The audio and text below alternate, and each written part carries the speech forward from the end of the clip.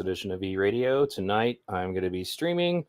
I actually watched, spent hours last night watching and editing down the congressional testimony of Dan Crenshaw. Basically, they were arguing about Dan Crenshaw's recent bill that he put out that's going to try to deny um, funding to doctors who provide trans gender affirming care. This would be the term. And so I decided to go ahead and do a live about it, and then we'll just watch it together. I'm gonna wait for some people to show up here today. I just did two smaller videos today, and I guess what I'm gonna do in the meantime is I'm gonna throw on those videos, since frequently the people who watch my streams don't watch my shorter videos. So I will put those on while I go ahead and share the link to this stream and wait for some people to file in. Thanks again for tuning in. I will be right back. But in the meantime, I'll put on the videos I just did, and you guys can file in here at your leisure. Appreciate you guys tuning in tonight. Un momento, por favor.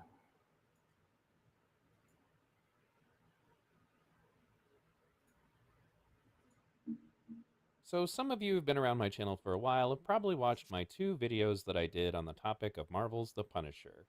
I did one specifically addressing the question of whether or not the Punisher would be on the side of Black Lives Matter and Antifa or the police, and then I did another one specifically addressing just some guy's horrible take on the Punisher.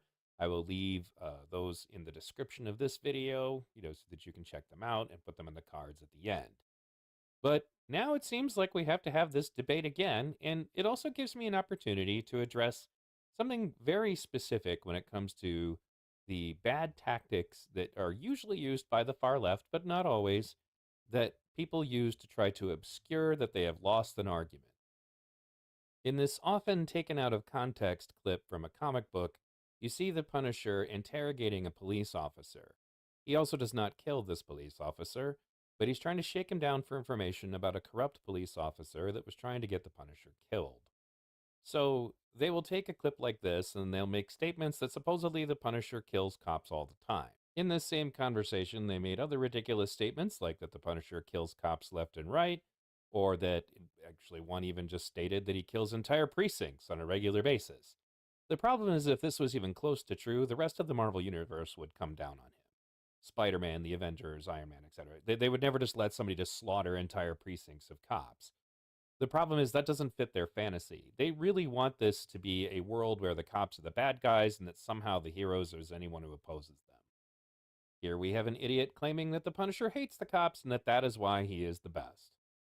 So of course I had to expose him to a dose of reality in the form of another clip from the comic book stating that Punisher does not fight the cops. In fact, he will turn himself in or give himself up before he will attack cops. It was very easy to prove beyond a shadow of a doubt that they were absolutely wrong. And it's a very common tactic of the left to just simply start clicking laugh reacts if they know they don't have an argument. The benefit of this is that they can just act like somehow what you were saying was so preposterous that they don't even have to bother to argue with you. It's a very convenient way out of actually having to provide an argument. And they do this in mass to try to make it look like what you're saying is, once again, just ridiculous and preposterous. You can always tell when it's happening because it'll look something like this in your Facebook notifications. When you see that your Facebook notifications are lit up with laugh reacts by people who very obviously did not even take the time to read the entire thread, because it's physically impossible, you know that this is what's going on. It's essentially just trying to create a circumstance where you're speaking publicly and then a huge mob is laughing at you. There are apparently entire Facebook groups devoted to this phenomenon, literally just like a gang of people that you can call upon to laugh react at somebody's post when you're getting your ass whooped in a debate. In this instance, we were talking about something as trivial as a comic book, but I provided them with real evidence that they are obviously demonstrably wrong. And there are plenty of more examples of this evidence all over the comic book's run. When I was reading The Punisher, it was during the time period in my life when I lived in the ghetto, where my neighbor's house was literally taken over by a crack dealer. And I remember distinctly the SWAT team showing up and having to clear them out. I got to watch flashbangs go off and light up their entire house, etc. And I remember thinking the entire time I was reading The Punisher that I wish somebody would show up and just deal with the criminals that were in my neighborhood. The Punisher comic book specifically was essentially about a guy who was concerned about the justice system's inability to effectively deal with criminals. And right now, the left is trying to suggest, well, yeah, he just really opposed cops. He hated cops and he hated the state. Like somehow they think he was an anarchist or something. The thing is that when it comes to people like Jacob Blake, someone that the left martyrized as like somehow a victim of society, and they in fact just invented a false narrative that had no basis in reality about what took place in Kenosha. He was the criminal who got shot 8 times in the back. They always leave out the context, which, as you have, those of you who have been on my channel for a while are aware of the context because I made multiple videos about it. But let's just break it down again for the sake of argument. If Frank Castle, the Punisher, showed up at a house and a man who had an active warrant for a woman's rape was present, and that man was violating the restraining order that the victim had against him, that man was trying to leave in a car that did not belong to him with her kids in it, this is what would have been different. Jacob Blake would not have been shot 8 times in the back. He would have been shot once in the head. As I mentioned before, I've done 2 videos on the topic of the Punisher, specifically because of this issue. You can check them out on my channel. But the thing that I really want to discuss is what the psychology of the situation is that, again, they want the universe to work according to their ideas of how things are. And in their minds, cops just randomly shoot people all the time, and that criminals are nowhere near as dangerous as police for some reason. These are all things that are just irrational and obviously to show either an incredible naivete when it comes to the nature of crime or just being outright criminals themselves. And it's more important that we get back to the main point here, which is that the whole point of this is, again, to try to mock you or to make it out that what you're suggesting is completely ridiculous. And they will give this reaction no matter what you say, no matter how much evidence you provide, no matter what you put together. Because at the end of the day, they don't really care about the facts, they care about their feelings. And this is something that the Soviet defector Yuri Bezmenov was trying to explain when he was explaining ideological subversion. Exposure to true information does not matter anymore. A person who was demoralized is unable to assess true information. So that's why in the future, when you get hit with laugh react spam, or maybe just somebody who throws like 6 or 7 laugh emojis into their post so that they can like make it look like there's 7 people laughing at you, just remember that instead of translating it in your mind to the way they want, which would be that there's a group of people laughing at you and that therefore you should rethink what you're thinking, you should instead just consider it for what it really is: the nervous laughter of someone who knows they are wrong. Please like and subscribe and ring the bell if you enjoyed this video. You can check out hy.page. All right, guys, that was my video from earlier today. I did one other one. We can check that out later, though. I just wanted to give you guys an opportunity to get in here and me to share the link. You may hear a little bit of my fan today. It's a little hot out where I live, but I will be muting myself in between. Make sure that you check out my other video today. It was about the fact that we now have another WeSpa incident. Essentially, there isn't anybody getting brutally attacked as of now. But this time, the courts simply ordered a nude Korean spa to allow a pre-op trans person entry if they so desired. And for those of you who are not familiar with that, you can check out my video on that topic. But basically, Korean-style spas have nudity for both women and young girls. And it was one of those things that they, of course, claimed was just never going to happen. Nobody was ever going to ask that. And then to even suggest that was just right-wing conspiracy theory, fear-mongering nonsense. Well, it happened. Again. So, all right. I'm going to go ahead and put on this Congressional thing. I was actually up till like 5 in the frickin' morning editing this. I had to watch the whole thing. So it was like 3.5 hours, and not all of it had anything to do with, the topic that I wanted to review. But everybody kind of took an opportunity to jump on this. So I had created this version, and I'll make this public after we're done here, that it's just the edited down version of them just talking about the trans issue. And this has one of the doctors that is kind of a rock star for the pro-trans argument, and she's a total hack. But she testified in Florida and such. But it also has the doctor from What is a Woman? And that was actually what brought this to my attention, because Jordan Peterson linked a video of it. And you get to watch this. One of the things that I want you guys to think about going into this is that this is how Congress conducts themselves. This is how they make their decisions. This is how they talk. And what you're going to be seeing is the way things go down. And it goes down like this. Basically, when they have these hearings, they're going to have people that they invited, right? Most of the time, you only ask to hear from the witness that agrees with your point of view. Dan Crenshaw was the only person who had any level of balls to actually challenge the opposing viewpoint person. And that went viral because he really pwned her. And pwned. Yeah, you can tell I've been playing video games. And in such a way, and I want to be clear, I'm not necessarily Dan Crenshaw's best friend. As you guys know, I'm left-leaning, and I got to watch Joe Rogan make him squirm in his chair when they argued about healthcare, and it was pretty funny.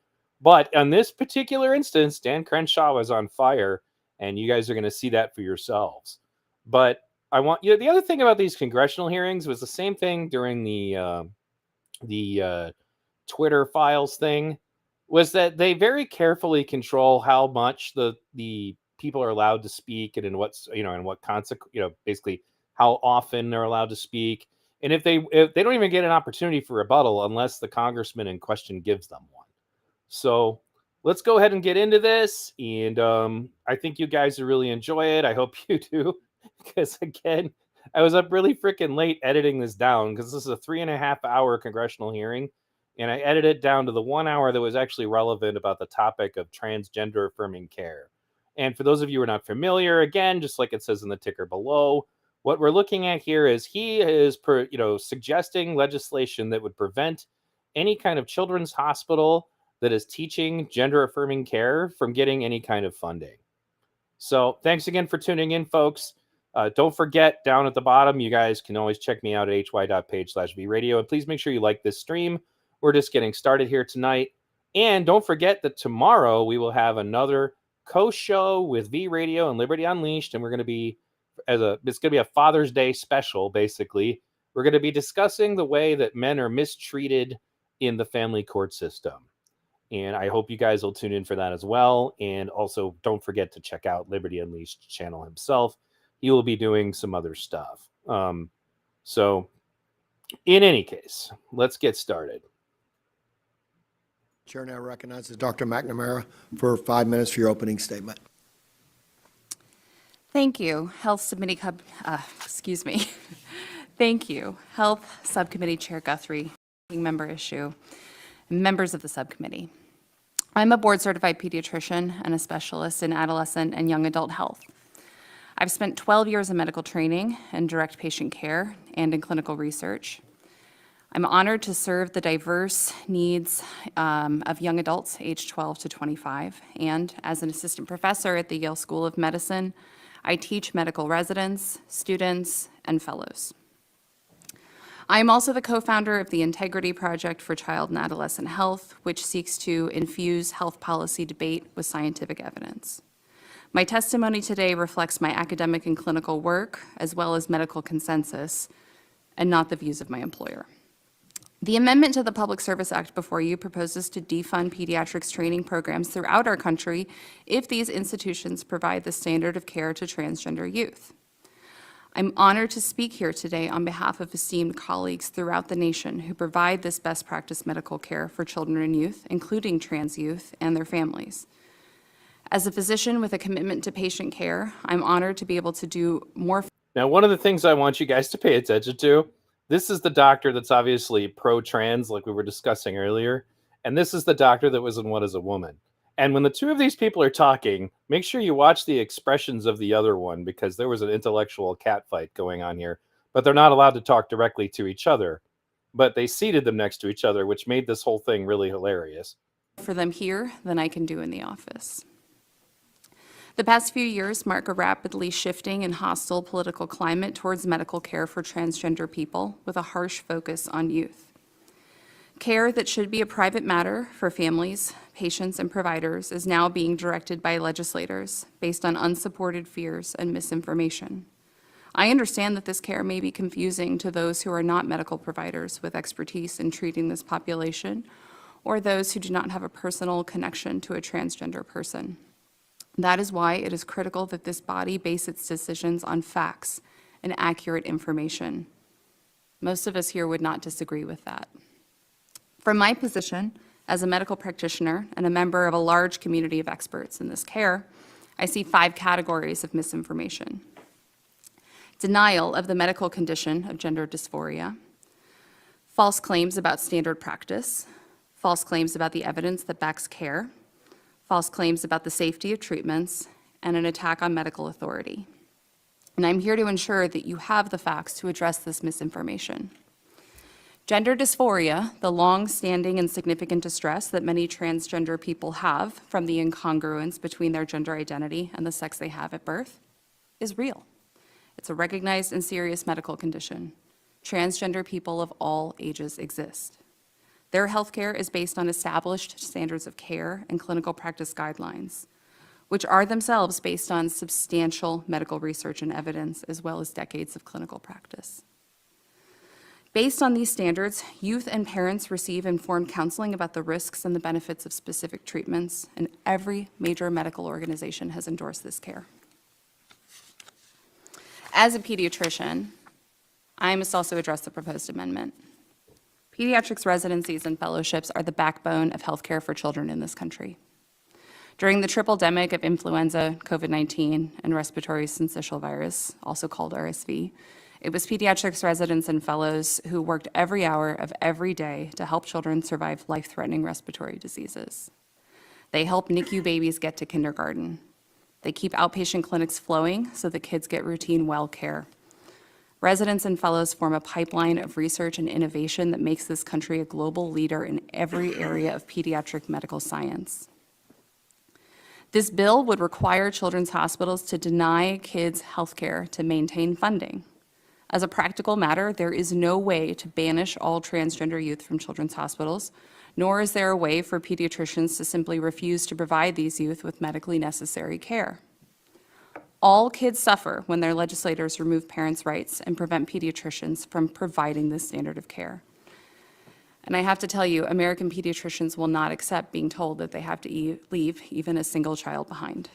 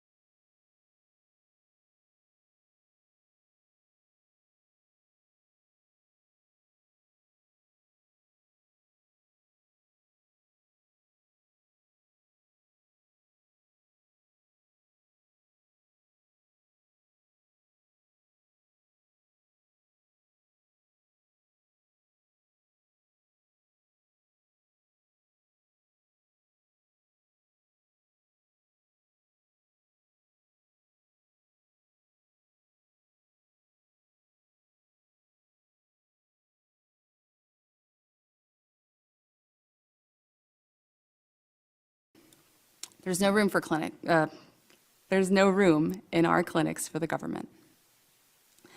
I had a conversation with the trans teen recently. Sorry about that, folks. So one of the things I was pointing out was that one of the things you're going to notice here is that they go on and on and on about parents' rights, parents' rights, parents' rights. And you have to remember that these are the same people that are trying to make it legal for kids to just get these treatments on their own. Treatments. Okay. So now through this hearing, they're going to over and over and over again talk about you're trying to take away parents' rights. But these people don't care about parents' rights unless those parents agree with them. You wouldn't see any of these people suggesting that it should be okay for a parent to say, well, my child's not getting that treatment. In fact, they would want those children taken away from their parents. So sorry about that. I'm just going to leave myself on here and then I'll mute at the mic.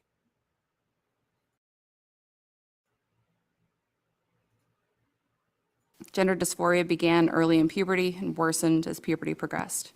The parents sought and received help. This family asked me to tell members of this committee that gender affirming care gave their kid confidence. This teen stands tall, debates international law and model UN sessions, recently in this city, our capital, to compete in nationals. This care was life-saving, life-affirming. College options are limited to states that protect trans healthcare, but even still, this teen is excited for the future that lies ahead. That's what every kid in this country deserves. Please don't make it harder for us pediatricians to get them there. Thank you. Thank you for your testimony. The chair now recognizes Dr. Grossman for 5 minutes for your opening statement. Thank you, Chairman Guthrie. Chairman Guthrie and members of the subcommittee, thank you for the opportunity to address you. My name is Miriam Grossman. I am a board-certified child, adolescent, and adult psychiatrist, author, and senior fellow at Do No Harm. I have been taking care of patients for 45 years. I'm going to use my time to respond to Dr. McNamara. First, I'm struck by her use of the phrase, sex assigned at birth. Sex is not assigned at birth. Sex is established at conception, and it's recognized at birth, if not earlier. Dr. McNamara claimed. Look at this bitch to her left smirking. Like, she's smirking. Like, I mean, I'm not in any way advocating for violence against women, but, if somebody were to get up and slap her, I think I'd be okay with it. Just say it. Claims that her views are science-based, but to claim that sex is assigned at birth is without any scientific basis whatsoever. Its language misleads people, especially children, into thinking that male and female are arbitrary designations and can change. That is simply not true. Dr. McNamara claims that social and medical interventions are the only evidence-based treatment and that scientific evidence shows it is life-saving. Without it, she's warning us, kids will commit suicide. Well, a growing number of countries have effectively banned the care to which she's referring. And thank God there's been no wave of suicides or other mental health catastrophes. 3 years ago, Finland placed strict limitations on medical interventions for minors. See, that is a really powerful and important point. Because, again, just like she said, they're telling us all that there'll be like this mass epidemic of suicide if we don't go through this gender-affirming care. Yet these countries that are banning it are not suddenly having epidemics of suicide. Let's go on. Sweden did the same thing after a 14-year-old girl was found to have osteoporosis and spinal fractures from puberty blockers. An investigation concluded, quote, the risks of anti-puberty and hormone treatment for those under 18 currently outweigh the possible benefits. The UK conducted a review and called the evidence very low. They've also placed severe restrictions on the care that Dr. McNamara calls life-saving. Norway also analyzed the data and has made similar changes in policy. The National Academy of Medicine in France warned, quote, great medical caution must be taken in children and adolescents given the vulnerability of this population and the many undesirable, even serious complications the therapies cause. Doctors in New Zealand and Australia have published similar statements. Is Dr. McNamara suggesting that all these countries are rejecting evidence-based treatment and placing their kids at risk of suicide? Regarding that point of view, Finland's gender expert, Dr. Rita Kaltiela, said, quote, it's purposeful disinformation, the spreading of which is irresponsible. All 7 countries, and Florida too, of course, concluded that kids don't need their development interrupted, the girls don't need their periods stopped and their voices lowered, and the boys don't need to grow breasts. What they need is psychotherapy. I have other objections to Dr. McNamara's testimony. She insists that her position, only hers, represents standard medical care. What she doesn't want you to know is that there is no standard. There's a debate. There's a fierce debate. And on the side opposite her stand such prominent figures as Stephen Levine, Kenneth Zucker, Paul McHugh, and James Cantor, among others.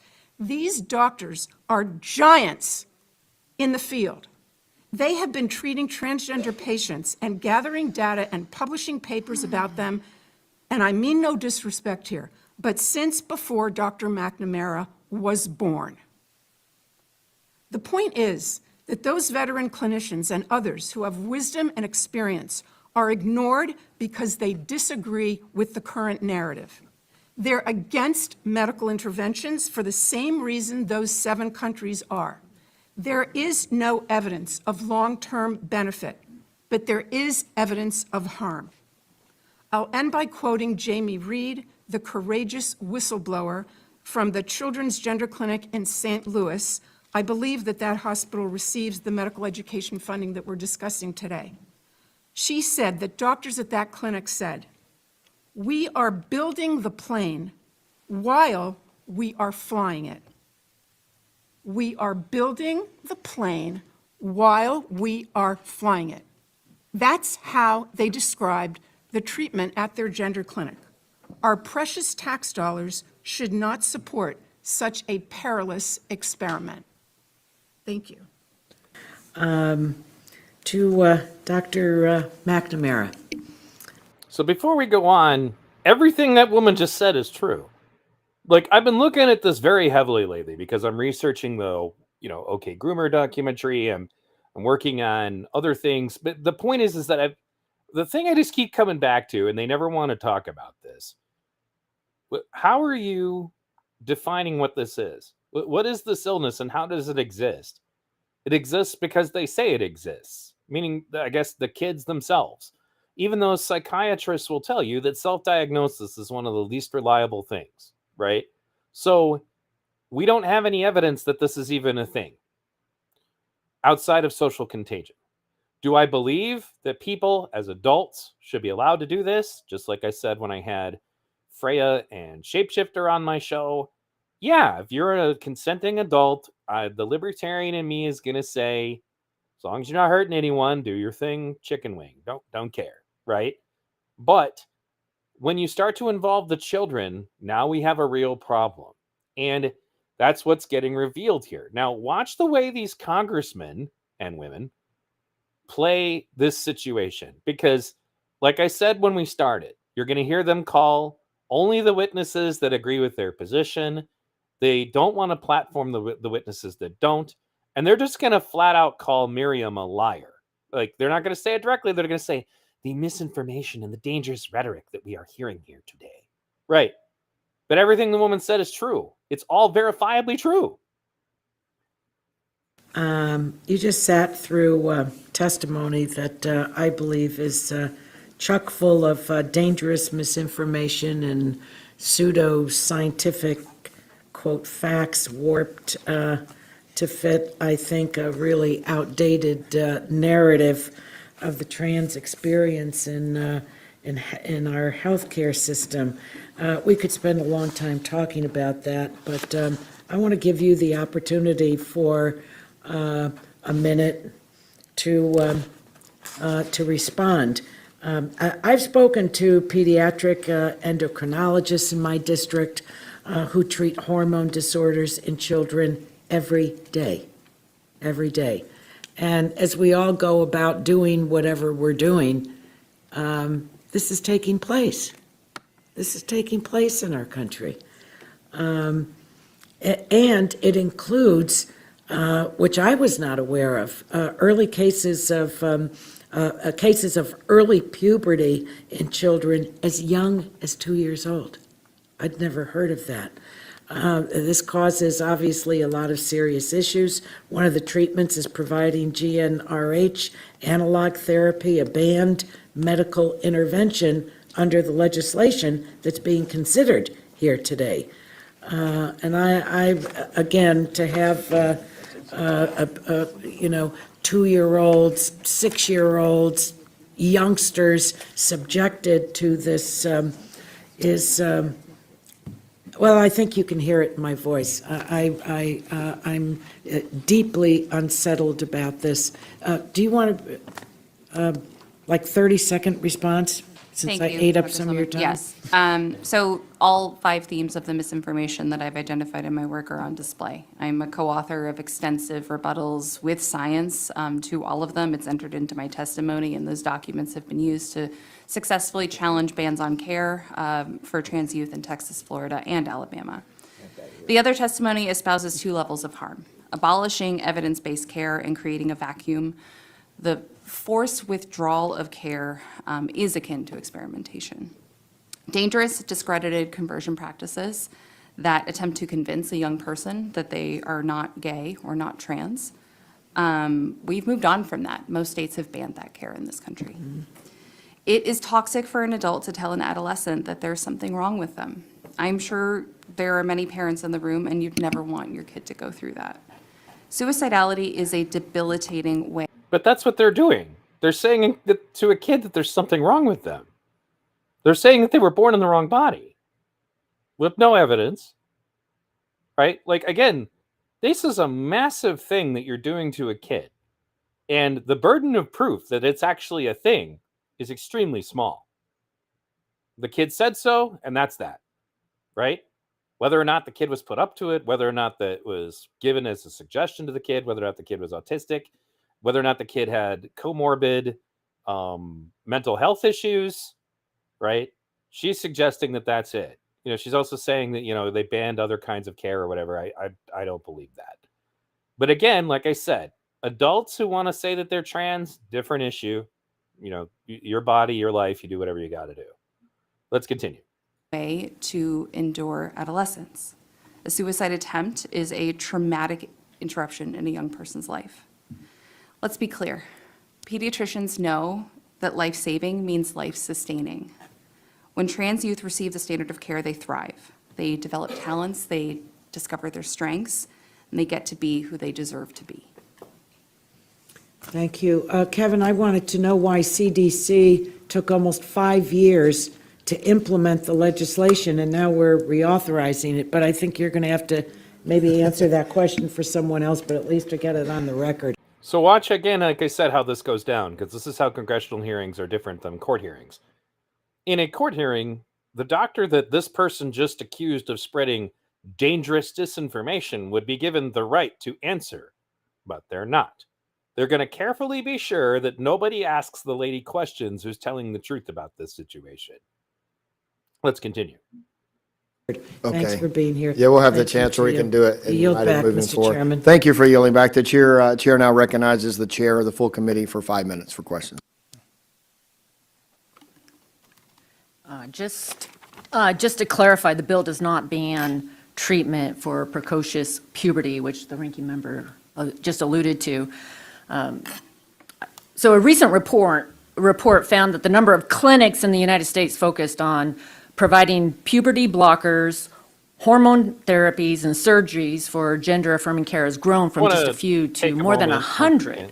I want to take a moment to answer this. This is something I pointed out earlier, is that they are trying to pass laws, or in some cases do, where the child can get this kind of stuff done and not have to talk to their parents. That is the attitude that they have. They were very anti-parent until apparently this legislation, and I'm sure they'll be back to being anti-parent any moment. You got to remember that these people don't even think that parents are, have a right to know that their children want to transition. The whole thing is about keeping it secret. So, we'll see. I mentioned earlier, I guess, so you didn't hear it, that like my kids, like they had to sign special papers for me to even be able to see what kind of medicines my kids are on. Like at the age of 13 for one hospital and 17 for another. Let's go. As of February 2023. Dr. Grossman, in your written testimony, you mentioned how certain European countries have decided to take a more cautious approach and significantly limit the use of puberty blockers and hormone therapies to treat gender-related conditions in minors. Is the United States an outlier? Well, it's certainly, yes, more and more becoming so. I just want to take one moment because this is really bothering me. Representative Eshoo, I'm sorry if I'm mispronouncing That's your right. name. Representative, you are very confused about something. When we, when, I'm sorry, just, we'll be able to suspend? yes, Representative, I'd like to clarify something for you. You can clarify it to me. Clarify it to me. Yes, precocious puberty is a medical condition. It's a condition in which the child What's that? has abnormal. I'm sorry, would you, You're could you supposed to spin me the clock directly, just a second? Mr. Chairman. You can't characterize me. Okay, you can't characterize with the way that she's, her okay, question, what she's asked, so you just respond to, Okay, I'm to the sorry. chair who's. What's funny is they didn't have any problem characterizing the witness, but she can't characterize the congressman. So the woman's having a hissy fit over there that she can't, say anything in response. Let's continue. Answering the question. The point is that precocious puberty, which we've treated with blockers for decades, and is approved by the FDA for that use, that is a medical disorder. That is a disorder in which the child has abnormal hormone levels circulating that causes their bodies to prematurely enter puberty. We do not want that to happen. We're talking about an experimental use of these agents in children that are completely healthy. They have no medical disorder. So we are artificially blocking a biological process, a natural process called puberty. Puberty is not a disorder. We need to go through puberty in order to reach adulthood. Every system of the body, the brain included, needs to go through puberty to reach adulthood. And what we are doing in gender-affirming care is stopping that natural, organic process and blocking it, and then shortly thereafter, in most cases, over 90% of cases, administering the hormones of the opposite sex so that the child will go through a synthetic puberty, not the organic puberty. Thank But you. a synthetic puberty. Okay, Thank you. I'm sorry. You asked me about the European countries. I asked you if the United States was an outlier. Absolutely. The United Okay. States and Thank Canada you. are out. And would you speak to what the data tells us about the long-term impacts of these medical interventions? So that's the thing. You see, this, until recently, was an extremely rare condition. It was so rare that when I went to medical school decades ago, I never expected to see one case in my life. That's how rare it was. And now that's all I do.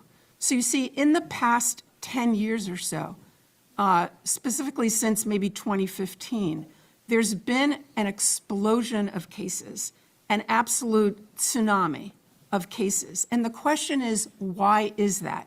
And those cases are very different than previous cases. This is a new population. The prior gender dysphoric cases that we studied were most. So I want to comment for a moment on what Oceana said in also stating that they're from Washington State. That's also the same state I just did a video about where a judge ordered that you have to allow a pre-op trans person into a Korean nude spa with women and children, young girls.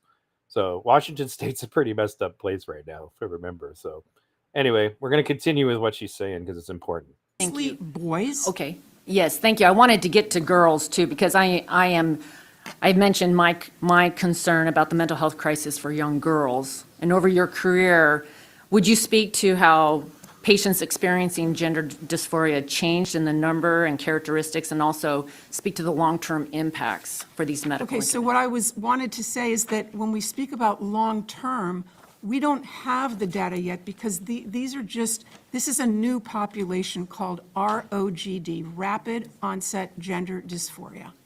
And we are just studying them now. It's a new demographic.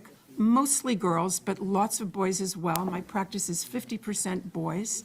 These are kids who have a lot of previous mental health conditions. Thank you, Dr. Grossman. Thank you. I'm going to have to cut it off there because I heard my colleagues say that this should be a private decision between parents, teachers, and or parents, children, and doctors, that we should protect parent rights, and that Republicans are putting politics between children, parents, and the doctor.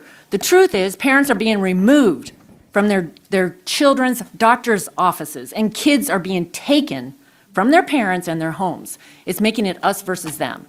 That is my fundamental concern. I yield back.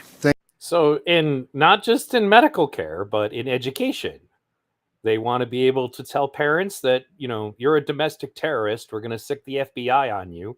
If you don't like that we've put books in your kid's school that involve graphic depictions of oral sex or, detailed explanations of how to properly have anal sex, they don't want parents involved at that point. That's why this whole thing is just silly.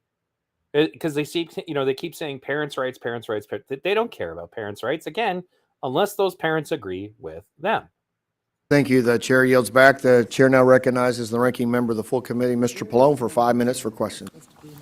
Thank you, Mr. Chairman. I have to say I'm deeply disappointed in the partisan Children's Hospital GME legislation being considered today. It prescribes in very minute detail the types of care that must be prohibited in order to receive funding and tells our healthcare providers, major medical associations, and patients that Republican members of Congress know better than them about what should be considered standards of care within our medical system. And that should scare us all, particularly when this program is designed to train the next generation of pediatricians and pediatric subspecialists. So my questions are of Dr. McNamara. I know that transgender people and those who advocate for the rights of transgender people are currently facing fear, intimidation, threats of violence, but I believe that we must speak out on their behalf and support them, and I want to say thank you to you today for doing so. Now, turning to my questions, if this bill were to become law, what would the impact be on pediatric care? So I'm very privileged to sit next to two people who have shared details about the types of medical care that benefit patients who I've cared for in my career, people with sickle cell disease, premature babies. Many people here might not know what goes into that type of care, but I do, and it's not my specialty anymore. I have subspecialty training in adolescent medicine, but the experiences that I had in a NICU in the middle of the night, resuscitating preterm infants, counseling their parents, working with my colleagues, offering advanced treatments for sickle cell to children with crippling pain, have forever shaped my training. I am an excellent clinical researcher because of my training as well. And I think that I am an excellent clinical researcher with this huge fucking grin on her face. Like, how arrogant do you have to be? If you're an excellent clinical researcher, you wouldn't be supporting care that's not supported by clinical research. I couldn't help myself. The only person, I spoke to so many of my colleagues about this testimony. Everyone expressed disbelief and regret that it would escalate this far. Everybody wants children to be healthy and safe, but their care and what they require to be healthy and safe is expert. We know what we're doing. We know how to do it really well. And all that we ask is that we be allowed to do it without any sort of legal interference. I appreciate that. I mean, what I'm seeing here and in so many different forums is Republicans and Republican congresspeople trying to or determined to substitute their opinion for experts in medical fields, experts in agencies, and it's truly scary.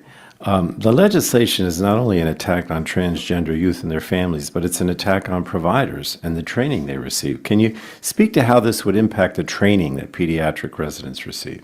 Briefly, because I have one more question. Yes, of course. We're already seeing that less people are looking to go into pediatrics because it's been politicized and interfered with. There's a great deal of moral injury that accompanies being told what you can and can't do and needing to legally withhold care from people who need it, whose lives depend on it.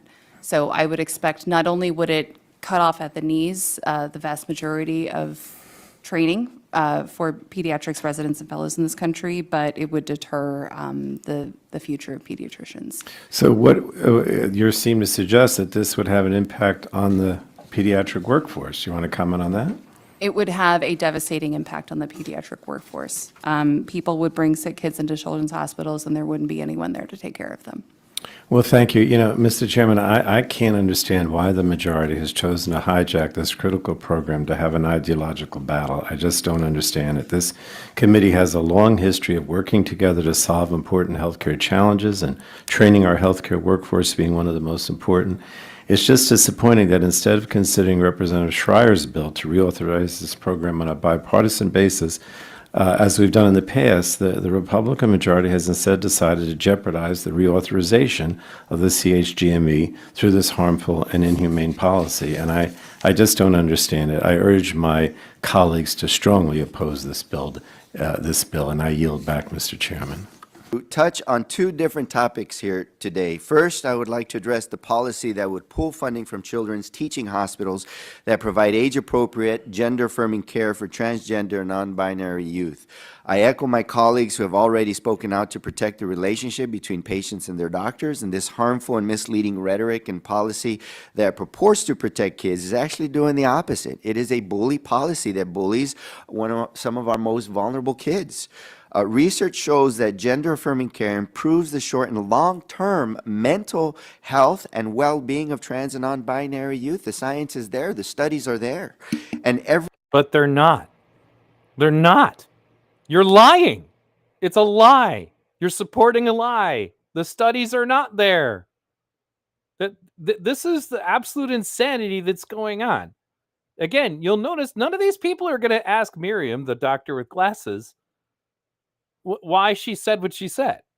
They're just going to declare it misinformation and pretend she didn't say it. That's the thing here. They're lying and claiming that the studies exist. They don't. Every major medical association supports it. Decisions to get age-appropriate, gender-affirming care is one that should be made by parents and their kids in consultation with their doctor, not by the federal government. And in addition to placing transgender and non-binary youth mental health at risk, these policies are also risking the future of our pediatric workforce. We already have a pediatric shortage. Children's hospitals train half of our country's pediatricians, and this proposed policy only forces those hospitals to choose between doing what is best for their patients or training the next generation of pediatricians. Dr. McNamara, as a doctor, and I'm very concerned how this policy will harm the mental health of our transgender and non-binary youth, as well as the future pediatric workforce of our country. Can you address the consequences these policies will have both on our transgender and non-binary youth and on our pediatric workforce? It all goes hand in hand, sir. Thank you for your question, because it highlights the fact that pediatric healthcare is a tightly knit fabric, and you cannot pull out one thread. The whole tapestry would unravel. The healthcare of one child is, we don't think about it like that. I guess we don't parse out groups of youth and say, well, it's okay to care for you and it's not okay to care for some of them. So we simply would never accept this policy. As far as mental health goes, I mean, even just the rhetoric that we've heard today is very damaging and harmful to trans youth. I think that one of the reasons why rates of suicidal ideation over the past couple years and other... The damaging and harmful rhetoric that we have heard today. They're not going to in any way address what was said or the realities that were said. They're just going to say that it's damaging and harmful. They're not going to say it's not true. Well, somebody did say misinformation earlier. But what's damaging and harmful about it? Don't disagree with us. And as they're moving on, she's going to then say, you're making kids kill themselves. Saying things like what you said today that are true might make kids kill themselves. Mental health harms in trans youth has been going up is because of how they've been demonized. Yeah, and the rhetoric leads to depression, leads to anxiety, leads to suicidal ideation. Nobody's demonizing the kids. You're demonizing the people that are lying about this treatment and whether or not it's effective. Like, don't get it twisted. It also encourages others to use the same rhetoric, their peers, that leads to bullying. Transgenders are already number one on the hate violence crime list. So I'd like to pivot to another topic. It's critical that we support our nation's children's hospitals. Nothing is more important to me than ensuring the mental and physical health of our young people. That's why I'm proud to support Representative Crenshaw's legislation reauthorizing the graduate medical education payment program. Yes, I am deeply troubled by reports that a growing consortium of American medical professionals are pushing highly controversial treatments like gender-affirming surgeries, hormone therapy, and puberty blockers on children and teenagers when we do not know the true impact of their long-term mental and physical health. So question number one, Dr. Grossman, in your position as a child, adolescent, and adult psychiatrist, what types of treatment methods for kids diagnosed with gender dysphoria are backed by scientific data? If you need me to repeat that, I will. No, I heard you. Thank you very much, Congressman, for the question.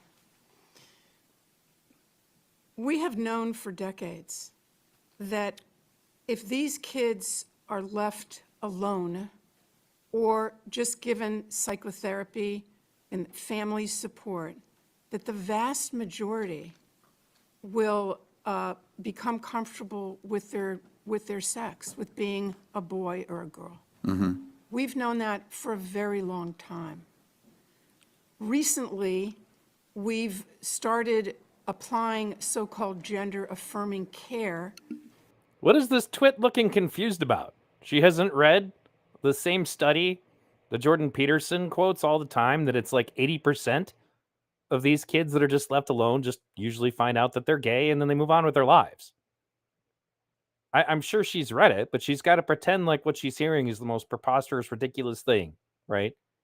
Well, after all, she's got to pay for her yacht or whatever she pays for with her gender-affirming care money.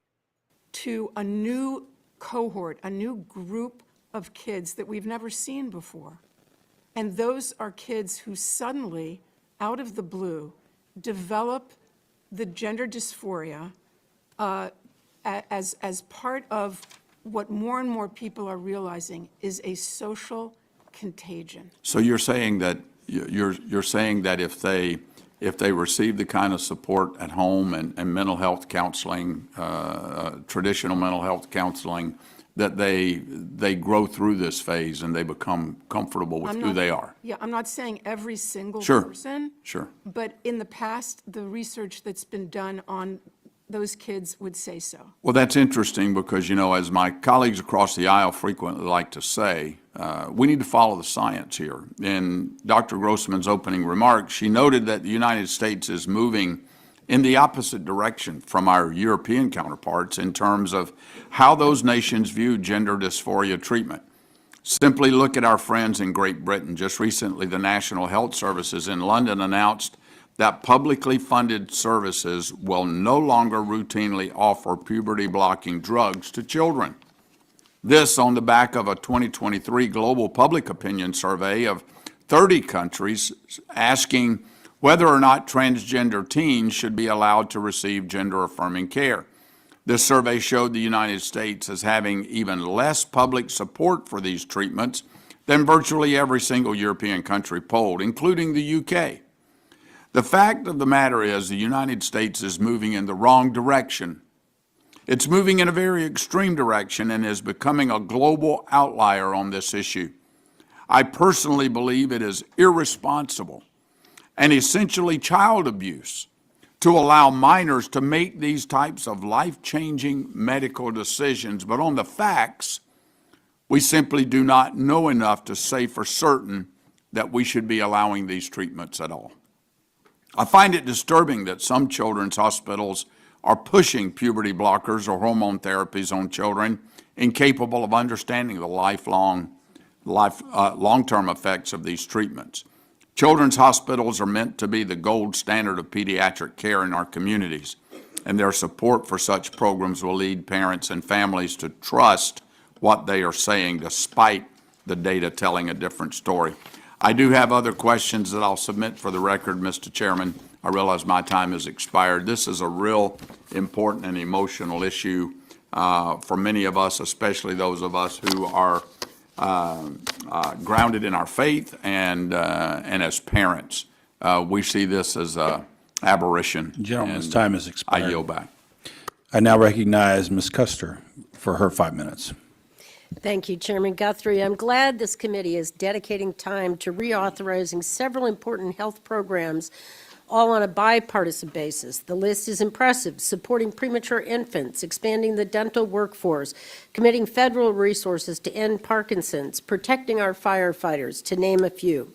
Today's hearing should be an opportunity to celebrate the important role that Congress plays in dedicating resources to people with rare diseases and providing support to our country's health workforce. However, I am extremely disappointed as a parent that today's hearing includes a partisan attempt to villainize children and bring politics into our healthcare system.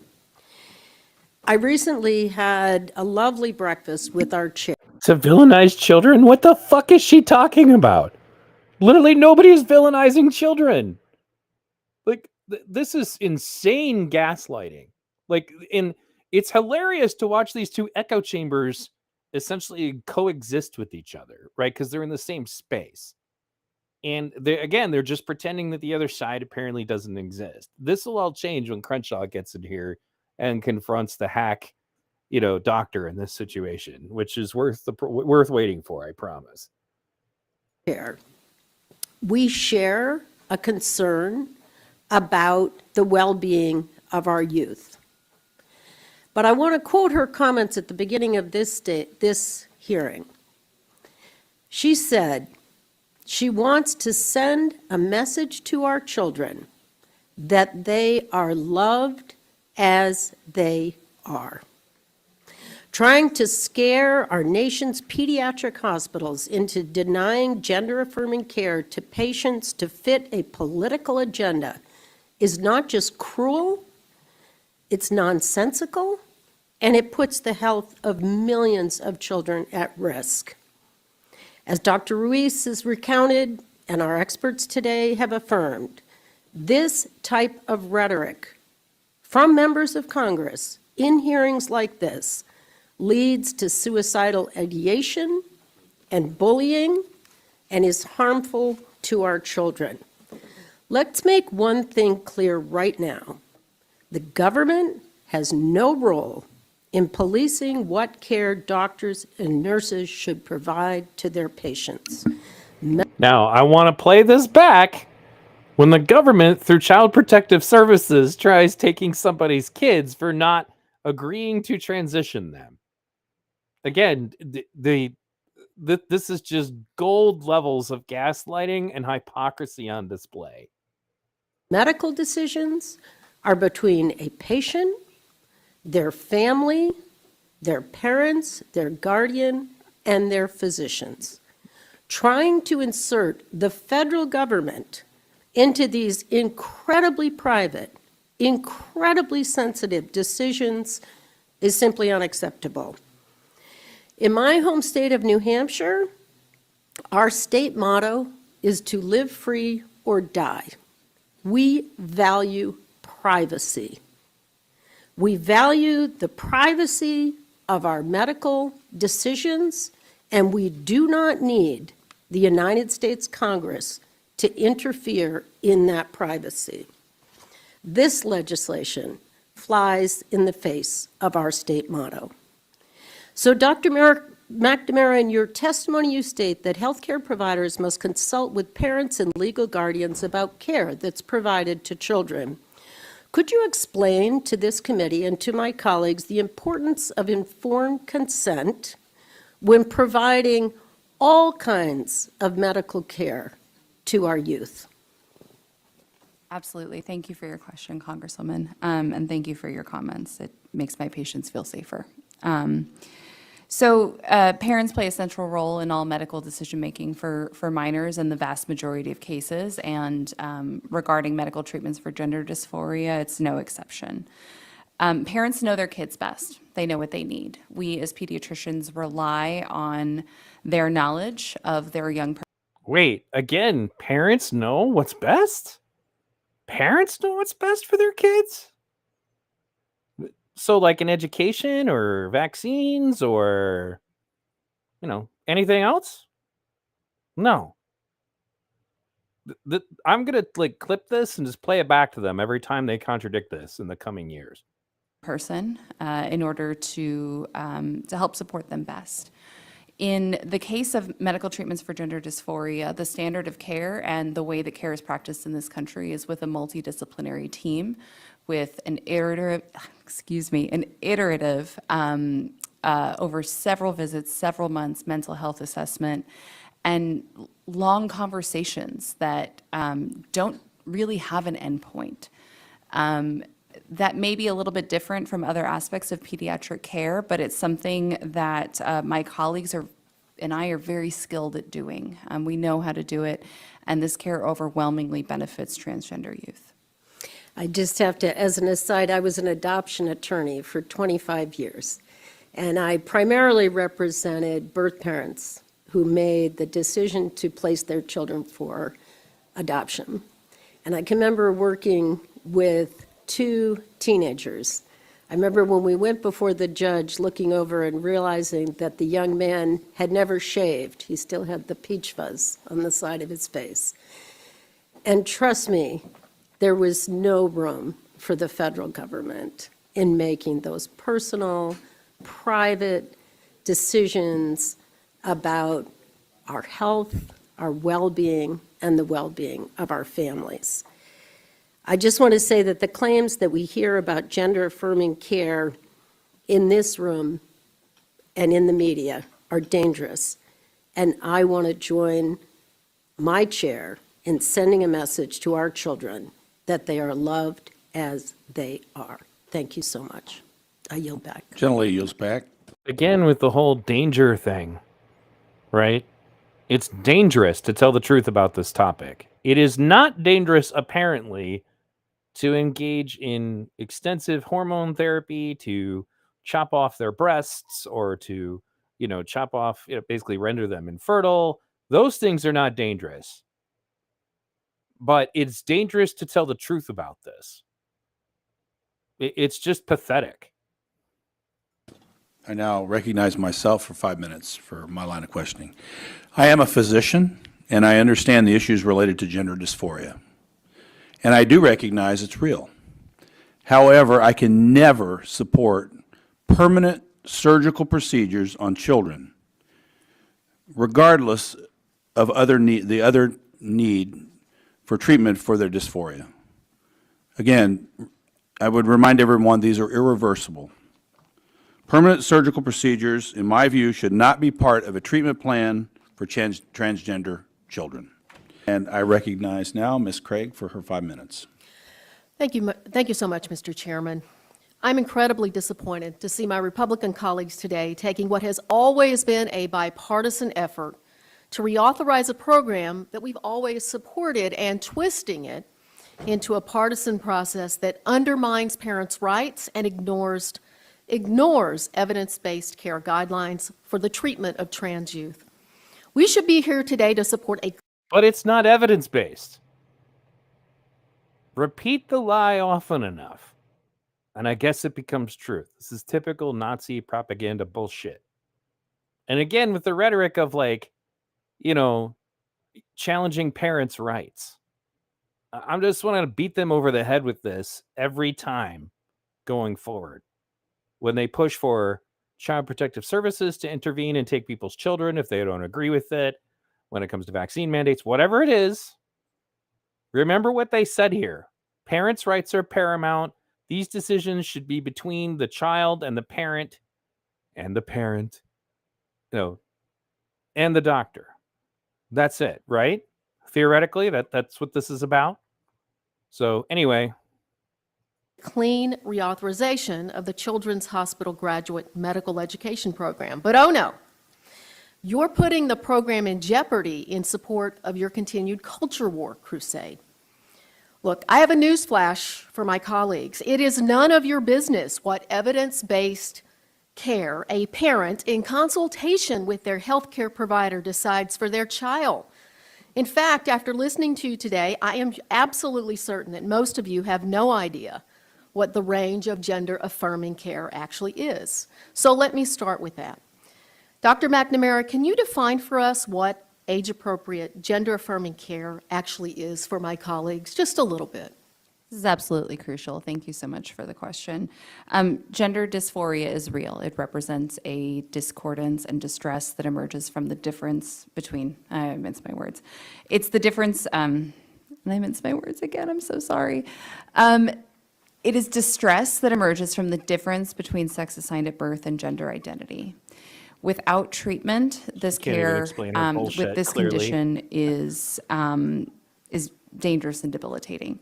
Gender affirming care starts with affirmation. It starts with very simple things like, is it okay to get a haircut? Is it okay to wear certain clothes or to change your name into something that feels more authentic? And from there, we see that youth begin to blossom. Some youth qualify for and desire medical aspects of gender affirming care. And it's a highly individualized process. It depends on who the young person is, their parents, and the conversations that evolve from there. There is no endpoint and there is no prescripted plan of care. It depends on the person who's before us. And Dr. McNamara, that care has been supported by 20 major medical associations, including the American Academy of Pediatrics, the American Psychological Association, and the American Medical Association. Am I correct? Absolutely. Can you... So again, you got to be asking yourself, if there are no long-term studies, if there are no double-blind studies, they're going to get into that later, and those associations are still all endorsing this care, that doesn't say something about the care. That says something about the associations. That means they're full of shit. This is basic scientific principles here. Just like when I had Brett Weinstein on my show, it applies to vaccines, and it applies to this. You cannot make scientific statements about the long-term benefits or consequences of anything that has never been done long-term. This is scientifically impossible. A fourth grader doing a science fair project understands that. And the preliminary findings of what happens to people who do this long-term are not good.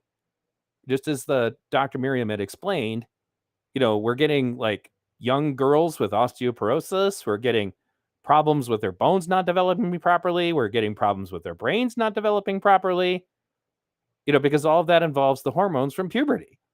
And if their brains don't develop properly, well, what parts are that going to be? Well, it's specifically the ones that develop later are the ones that handle long-term consequences and critical thinking. And I want to remind everybody something that I just keep thinking about over and over again, which is, if you don't like gay people and you don't like trans people and you don't like queer people, wouldn't it be a great thing for you if you really wanted to get rid of them to convince them all that they really just need to sterilize themselves? Think about it. By the way, Strategic Eyes is in the chat and apparently listening to us live while at work. Strategic back again. Yay. If you guys haven't checked out the Strategic Eyes show, please make sure you check him out. I have his channel featured down at the bottom. As you would say, let's go on. Just for a moment, rebut the claim that has been made here today that the United States is somehow an outlier in the care that gender-affirming care represents. So I urge this body to make any decisions based on sound information and science. No other country in the world who is a peer of the United States has gone as far as to ban and criminalize the provision of medical treatments for gender dysphoria. What you have heard today is a cherry-picked collection of unverified information that portrays outlier views in some countries in this world. There are many countries in this world that nobody has brought up today that This is absolute horse shit. One of these days, I'm going to do a watch party of this because there's a documentary that somebody bothered to translate, and I think it's from Swedish, and it's called The Trans Train. These people were the first people to do this. These Nordic European countries were the first people to do this. They have the most experience with it, and they decided to stop doing it. She's just lying. I could list off, like Ireland, Australia, Spain, Portugal, Canada, Mexico, among others. But this is the greatest country in the world, right? And our medical science and innovation here is amazing. I'm so privileged to be able to practice this care. Dr. McNamara, thank you so much. You've already spoken to how dangerous it can be if that care is denied or if medical professionals are not appropriately trained in order to treat this and provide this care. Well, she's lied about it. That's the thing. Again, there's no long-term studies. You can't know if it's dangerous not to do something that we don't even have proof that it's safe to do. I get that some of my colleagues think this topic is a political winner. I would extend an invitation to every single one of you, many of whom I respect, to attend a panel of parents of trans youth to hear their stories. What you are attempting today undermines. Well, yeah, can we invite the parents of Corey Mason to that one? That'll be great. You know, after all, she did end up on OnlyFans masturbating with her underdeveloped penis. We can tell that transition story. You know, and again, like I said, even in that, that's not going to happen to all trans kids. Point is, though, is that a lot of these kids are not living happily ever after. You know, are we going to have a panel of detransitioning kids? The ones that you're all trying to pretend don't exist? The rights and responsibilities of the parents of trans kids and is opposed by all the major medical organizations in our nation. We agree, Madam Chair, I have so much respect for you, that the goal is to love our children for who they are. Some of our children are transgender. Do we have enough space in our hearts to love and accept them too for who they are? Some of your kids and grandkids will be trans. Do you really want any politician sitting in this room involved in their health care decisions? And with that, I yield back. I was just going to ask Dr. McNamara, first, thank you for speaking so beautifully about the care of transgender kids. And if you want to add anything or correct the record on that, you are welcome to do that in the remaining minute. But I also wanted to ask you whether this direct primary care model, how that would affect your practice and the relationship you have with your patients. Thank you, Congresswoman, and it's a pleasure to speak to a fellow pediatrician. Primary care is the foundation of health and wellness in this country. It's a privilege to take part in our primary care system and to see children flourish into adolescents who become my favorite patients. As far as correcting the record, it is difficult to do so in a way that does justice to the amount of misinformation that we have all heard today. I urge this body to deliberate over the extensive documents that have been submitted to the record that debunk this disinformation and misinformation, and to base their decisions on science. And I will just add in my 10 seconds that I appreciate the science that doesn't exist. You're noting how much engagement with the patient and the family happens with counselors, psychologists, psychiatrists, physicians, endocrinologists, to make sure that you've got this right and the care that these children and young adults really deserve. This really comes back down to the same thing, and I feel like a broken record. They're not going out of their way to make sure they got this right. They're not following basic scientific principles.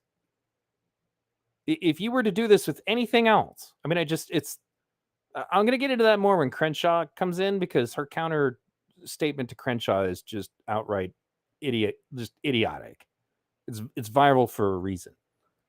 But again, it doesn't matter how many quote unquote experts all sign up to do it wrong. It doesn't matter at that point. But at that point, you should be asking yourself, how did those organizations become so politicized? Because if you're trying to push something that has not been scientifically proven, you are no longer a scientist. You're a fraudster.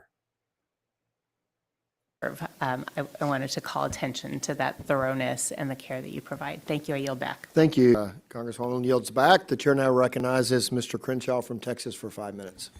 Thank you, Mr. Chairman. I first want to thank my friend, Representative Schreier, for her great bipartisan work on the direct primary care bill that we've been working on. It's, look, there's a lot of things we can Dan Crenshaw has entered the chat. Agree on, and this is certainly one of them. And this is a small step in the right direction. I'm really excited that we're gonna get this through. But now there are some things we disagree on here, and that's what we've been talking about a lot in this hearing. So let's shift focus to the giant elephant in the room. And this is the reauthorization for the Children's Hospital's GME funding. And yes, it's true, this is my bill. And what it does is it withholds funding from these hospitals if they engage in what they call gender affirmation therapy, these physical changes to a child's physiology, permanently disfiguring them through either puberty blockers or even surgical modifications. Now, look, I understand that the other side of the argument here believes they are on the side of compassion, and maybe that's a sincerely held belief. It is just as true that I believe we are on the side of compassion. I think it is indeed compassionate to stop kids from being permanently physically altered based on little to no evidence that it will improve their underlying mental condition. Now, why is this controversial? That's actually beyond me. Not too long ago, I think we all agreed that performing double mastectomies on a 12-year-old girl was wrong. Now it's become a political movement where radical activists have bullied mainstream medical associations and members of Congress into repeating this propaganda. Now, it should be noted that in the public, this subject is actually not very controversial. In fact, a recent poll just last month by the Washington Post showed that 68% of Americans opposed using puberty blockers on children. That's just a question about puberty blockers. Imagine if the question had been about castration or surgical interventions. So you've got to convince me that 70% of Americans are just a bunch of fools that refuse to accept the so-called science. Or maybe, look, I have another theory. Maybe they have a very baseline understanding of ethics and common sense, which tells us that maybe, just maybe, it's a bad idea to submit children to permanent life-altering medical interventions based solely on a temporary ideation about their gender. Gender affirmation is not science, and there's no evidence-based standard of care. To say that is a lie, or is at best redefining the term evidence-based. What this is a social contagion. It is based in pseudoscience and radical ideologies. And it's sweeping across our country and encouraging children to make irreversible changes to their gender. What's worse, it's coming from adults and institutions who know better, to include our children's hospitals, institutions that are supposed to be tethered to sound science and their Hippocratic oath of do no harm. Now, maybe I'm an optimist, but I do believe that science and evidence will win out in the end. And in the future, we will look back at these gender-affirming therapies as we now look at lobotomies and electroshock therapies. I have some reason to be hopeful. Notably, Great Britain's National Health Service restricted these clinical interventions for minors just last week. Reviews published in the British Journal of Medicine, the Journal of the Endocrine Society, even in the American Academy of Pediatrics, all cite the lack of evidence. I'm going to submit for the record this review published in the Journal of Endocrine Society that found that there is, quote, low-quality evidence for the idea that hormonal treatment improves quality of life, depression, and anxiety among adolescents. Now, here's the important part. This was a systematic review, which by definition is not cherry-picked data, but it's an all-encompassing review of all the data. It has thoroughly debunked the notion that any of these treatments are, quote, evidence-based, let alone recognized as, quote, standard care. My colleagues are using these terms not as accurate representations of the data, but as propaganda. Now, this funding program is reauthorized every 5 years. It provides taxpayer funds to train resident physicians at children's hospitals across the country. It's true. It's been a bipartisan funding mechanism. So what he just said is extremely important because it debunks, again, the same bullshit that Jon Stewart spewed out about this, the bullshit that the congressmen in this and congresswomen in this situation have spewed out about, well, every major organization agrees on this, yet they all admit that it's what is known as low-quality evidence. Low quality basically means bullshit. But you can look up the definition yourself. And she's going to contradict this later. But I just wanted to point this out. These organizations that all recommend this have openly admitted they do not have any evidence to support it. For years. Let's keep in mind something, though. This is taxpayer money. And when 70% of taxpayers oppose these barbaric treatments on minors, then taxpayer money should not fund it. That's why I'm stipulating that as part of this reauthorization, we will not provide any funding through this program to children's hospitals that push gender transition on minors through puberty blockers, hormone therapies, and surgeries. Let's be clear, because there's another lie that's been told. It does not prevent any mental health therapies at all. Despite these lies being told, it does not prevent those kind of therapies at all. This is the issue of our time. This is a hill we're going to die on. It's too important. It's too important to protect our kids from this. In my very limited time, I have too much limited time, so I'll wait for my colleagues to yield to me to ask questions, and I yield back. Thank you, Madam Chair, or Mr. Chairman. Appreciate that. Boston Children's Hospital is home to the first pediatric and adolescent transgender health program in the United States. However, misinformation has repeatedly spread online suggesting the hospital performed gender-affirming genital surgeries on young children, when in reality, surgeries are only performed on consenting adults. But that hasn't stopped healthcare workers at Boston Children's from being subjected to threats and attacks. Threats and attacks, by the way, that are a direct result of a coordinated campaign designed to, and I'm quoting a conservative political action conference speaker here, eradicate transgenderism. And by inviting a witness to elevate that dangerous rhetoric in the United States Congress, the majority is allowing a target to be painted on the backs of some of our nation's most vulnerable children. And by inviting the witness. This reminds me again of the Twitter files. Do you remember the Twitter files when the African-American lady, long hair, I can't remember her name, but she's not even actually a real congressman. And she stated that Matt Taibbi and the other journalist whose name I keep forgetting presented real danger to the people in that building. That's what she said. How dare you bring such a witness? They will not talk to her about what she said. They won't try to debunk it. They won't try to address it because she actually knows what the fuck she's talking about. So they need to be sure she speaks as little as possible. And instead, they're going to spend all of this time repeating the same bullshit. This is dangerous rhetoric. It's misinformation. It's disinformation. We're not going to discuss how it is. And then we're going to keep calling the same witness to lie for us over and over and over again. And just claim that these things aren't true. It's just, I looked into all this myself. I'm not a conservative. And, somebody pointed out that the most liberal countries, because it's true. It's the funny thing is, like, I'm, Nordic models, so I like countries like Denmark and Sweden and all that. They've all stopped doing this. Those are the countries that run things the way that these people seem to think that they want things, at least the ones who support Sanders or whatever, right? And they stopped doing this. What are they? Are the countries with universal health care and free college and all that? Are they just like conservative Christian bastions or something? No, they just looked at the science and they figured out it wasn't fucking working. It's unbelievable that this is what goes on in Congress and the Senate and our government all the time. And it really makes me want to do this. Maybe when I go to do the OK Groomer documentary, I want to find out how many of these people are getting money from the lobbies in question. I want to know that. I'll have to look into that. How many of these congressmen are getting money? Because usually you don't see this kind of fighting, especially for things that are just ridiculous, unless somebody's slipping them something under the table for their campaign. Somebody's got to own these people. I'm really curious, but let's go on. the healthcare professionals they rely on. Dr. McNamara, can you speak to the dangers of increased threats and attacks on our nation's pediatric healthcare professionals? And do you think this intimidation undermines their ability to recruit specialists or continue providing a high level of care? I absolutely do. I think if I was a medical student looking at the current political climate, it would feel overwhelming.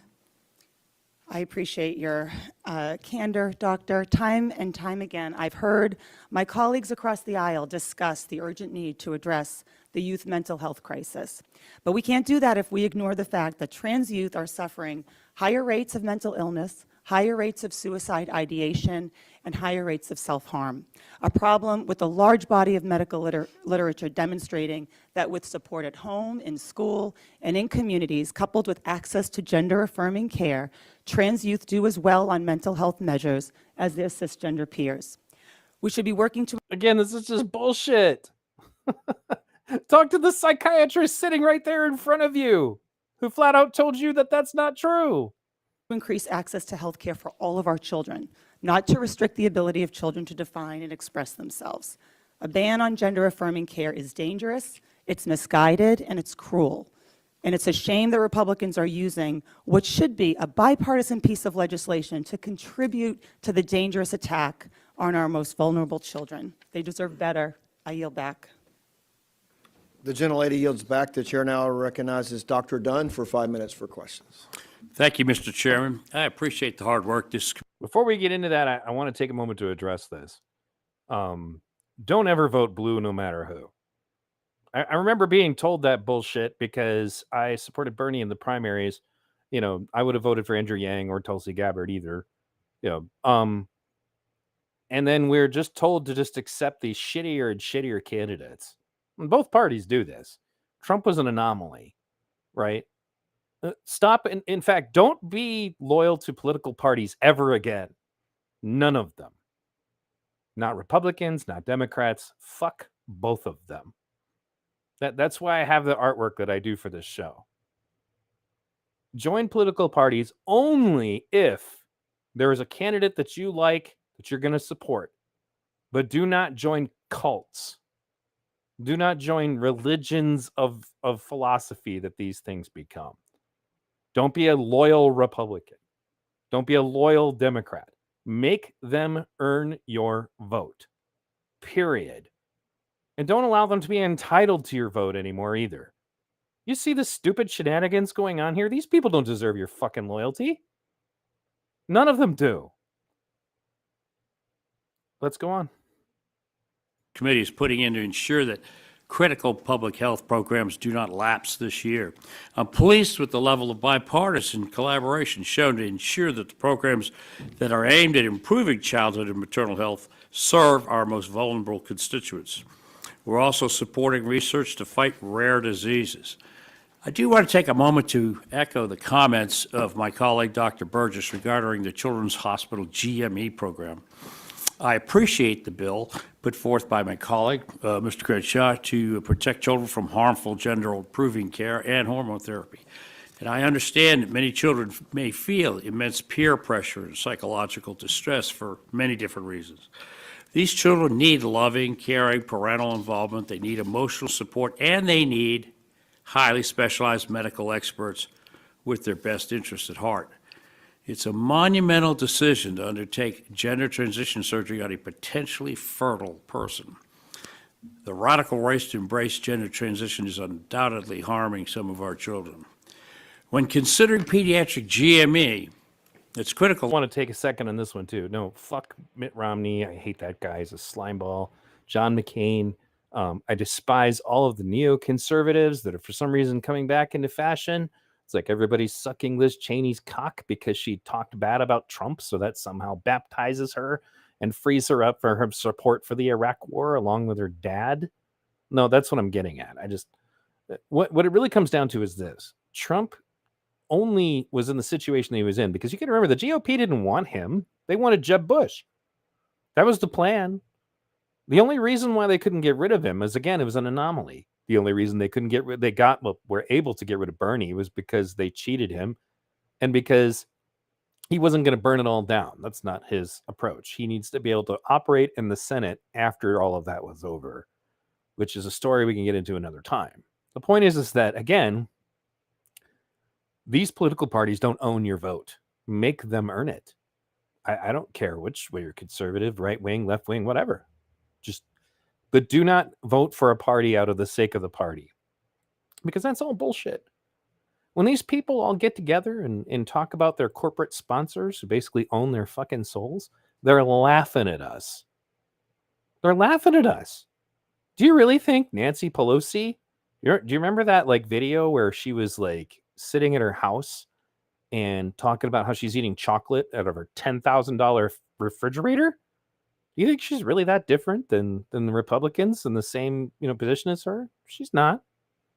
In the end, they're all super wealthy people who are all insider trading to make themselves more wealthy. They don't give a shit about us. None of them do. That's actually the reason why a guy like Bernie or Trump or anyone that they can't control is their direct enemy. And that's why they're so scared of RFK. So far, he's my personal front runner.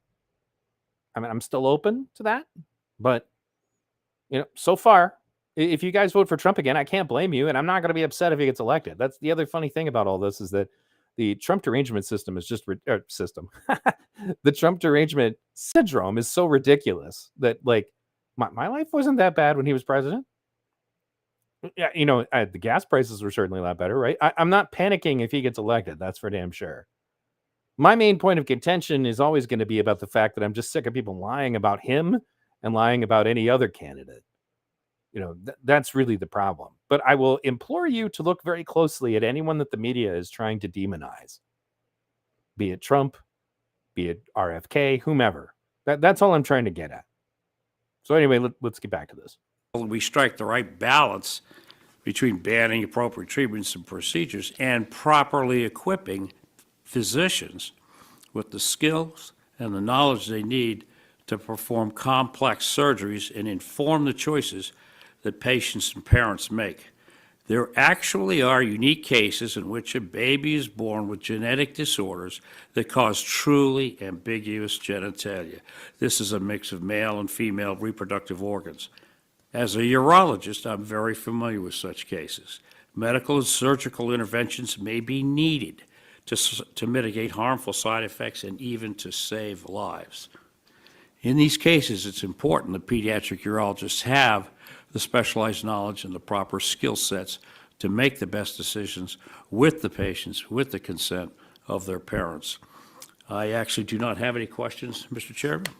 I'm willing to yield time to anybody on the panel. Mr. Crenshaw, I recognize you. Thank you, my colleague. Thank you to my colleague, and I do have a few questions. I want to say a few things. First, we keep hearing this is a politicized issue. This is a manufactured culture war. I got to say, we aren't the ones who did that. We aren't the ones that came up with this radical new movement that is performing permanent physiological changes to children with no evidence of any benefits. We didn't start that. We're just trying to stop it because it's crazy. It's a contentious issue, which almost 70% of Americans oppose. So we are just saying here that taxpayer money shouldn't be used for it. That's all. This should not be that controversial of an issue. The questions are for Dr. McNamara. I just want to ask you, honestly, you're not concerned about the unknown effects of puberty blockers, hormones, and surgical interventions in kids, the long-term effects, not concerned about that? Everything I've said here today comes from a place of deep honesty and conviction for the care that I provide and the community that I'm a part of. You've said that we've cherry-picked data. How do you mean that? So it is very unscientific and flawed to pick a single study or a single statistic and to discuss it in isolation. Totally agree. Medical experts are able to talk about all of the evidence as a whole. Totally agree. So it's good to look at systematic reviews, right? That's the gold standard of evidence when you're trying to understand whether something works or whether it doesn't. So the British Journal of Medicine looked at 61 systematic reviews with the conclusion that, quote, there is great uncertainty about the effects of puberty blockers, cross-sex hormones, and surgeries in young people. The Journal of Endocrine Society came up with the same conclusion, even the American Academy of Pediatrics. They all cite the lack of evidence. And so here's the thing. If you're doing a therapy and it's, temporary, whatever, fine, maybe let's try it, let's see if it works. But when you're talking about permanent physiological changes, do you not agree, just from an ethical standpoint, that you might want extremely strong evidence of the benefits? And there is no systematic review that states that there is strong evidence of benefits. Sir, are you aware of how the quality evidence grading system works and how it's applied? Yeah. Yeah, we read through it. That's why I'm citing these journals. So which journal says something different? We should have that debate. Tell me a journal that has done systematic reviews that cites different evidence, that cites strong evidence for benefits of these therapies. The standards of care were developed based on extensive. You're not telling me any journal, you're not telling me any study. Don't say That's not standards what of care. Yeah. So. Tell me one. The standards of care. That's the standards of care. Yes, That's standards of not care. a journal. That's not. The standards of care? This is what I've been waiting for this whole time. The standards of care that were established without any fucking evidence are the proof. The standards that we created with zero good scientific evidence are the proof. Those are the studies. Let's continue. Not a study. That's not an organization. That's not an institution. You're just saying words. Name one study. Yeah. I'm out of time. I yield The back. gentleman's time has expired. I'd like to speak in support of Congressman Crenshaw's legislation to reauthorize children. So let's get back to that again, because I probably should just let him finish, because I broke the cadence of the moment, because that was a good moment. But he's pitting her up against the fucking wall. Name a study. The standards of care are the fucking study? That doesn't make any sense. That doesn't make any sense. And if you look at it, it's the only time in this hearing that anybody put that bitch's feet to the fire, right? Everybody else only talked to who they wanted to talk to, right? So again, I'm not Dan Crenshaw's biggest fan, but he handled that shit like a champ. Right? That's a viral moment.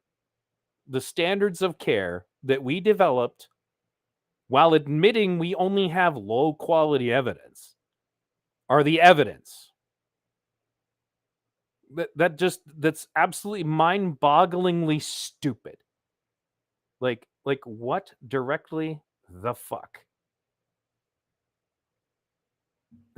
Spartacus says, I've never seen this side of E-Radio. I told you, if I'm getting spicy, somebody's got to really have it coming. Like, they got to really deserve it. And this shit pisses me off. The social philosophy that I prescribe to, from Jacques Fresco, the Venus Project, all that stuff, believes that we need to get past opinion and start actually knowing what the fuck we're talking about, right? And these people are leading the scientific community, and they don't have any idea what they're talking about, and they're making their opinions, that are obviously politically motivated, into policy. So for somebody like me, from my philosophy, this is absolute, like, I mean, if it was, this is the equivalent of just straight up blasphemy. You can't just pretend, that what you believe or would like to be true is what is now the standard with no evidence. This is how societies destroy themselves. This is ideological subversion. Real evidence does not matter to them anymore. We're just going to do whatever we want. Ideological subversion, for those of you not familiar, comes from Yuri Bezmenov, Soviet KGB defector, trying to warn us that this kind of nonsense was coming, right? Yep. Spartacus says, hold her feet to the fire. What she really meant was burn the witch. This is some fucking witchcraft, though. This is witchcraft.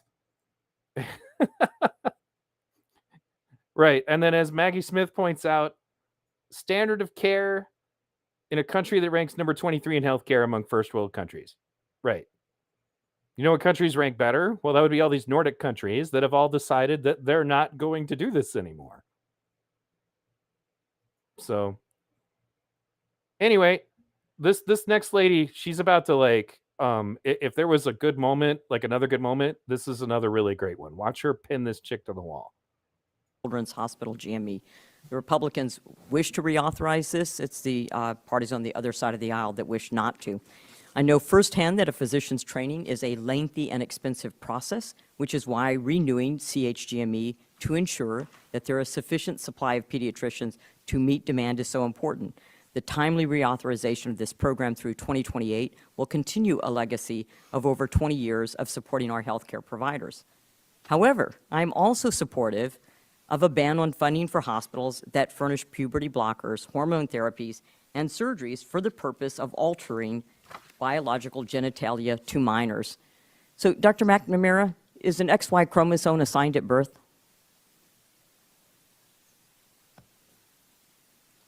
I'm sorry, I don't understand the nature of your question. Simple question. Is an XY chromosome assigned at birth?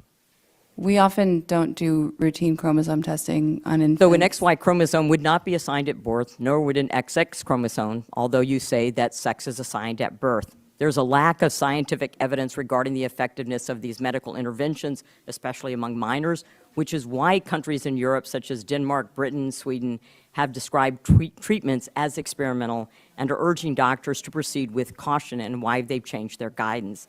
The purpose of healthcare is to treat and heal, and it's not of interest at the expense of physical and mental well-being of patients. What evidence, Dr. Grossman, do we have that the thriving Dr. McNamara talks about is because of hormones or surgery and psychotherapy, family support, regression to the mean, placebo effect, or some other confounding variable? After all, there have been no randomized controlled trials. Have there been randomized controlled trials, Dr. There McNamara? have not. Randomized controlled trials are what are the gold standards. That gold standard, that is what we're always looking for in medicine. We do not have those kind of studies. As you said, there are variables, confounding variables that can interfere. If a child is going through these gender-affirming cares, so-called, the child may also be getting psychotherapy. The family may be getting support. How do we know that the improvement on the other side is due to the hormones or the surgeries or the psychological support? Yeah. Thank you. And I think to say that the federal government is not already involved in healthcare is either naive or disingenuous. We saw that throughout the pandemic, that federal and state governments were both involved in the doctor-patient relationship. As a veteran, I defended the constitutional rights of Americans. As a doctor, I swore to do no harm. Because I care about the physical and mental health of your children as much as I do my own children, I support restricting federal funding for experimental care that is permanent and Gentlelady's irreversible time's in minors. expired. Thank you. I yield my time. The chair now. So that was a really good point. Do we assign their chromosomes at birth? And she's like, I don't understand the nature of your question. How the fuck didn't you get it? It was pretty obvious. No, you don't assign chromosomes at birth. They just are. They just are. It's obvious.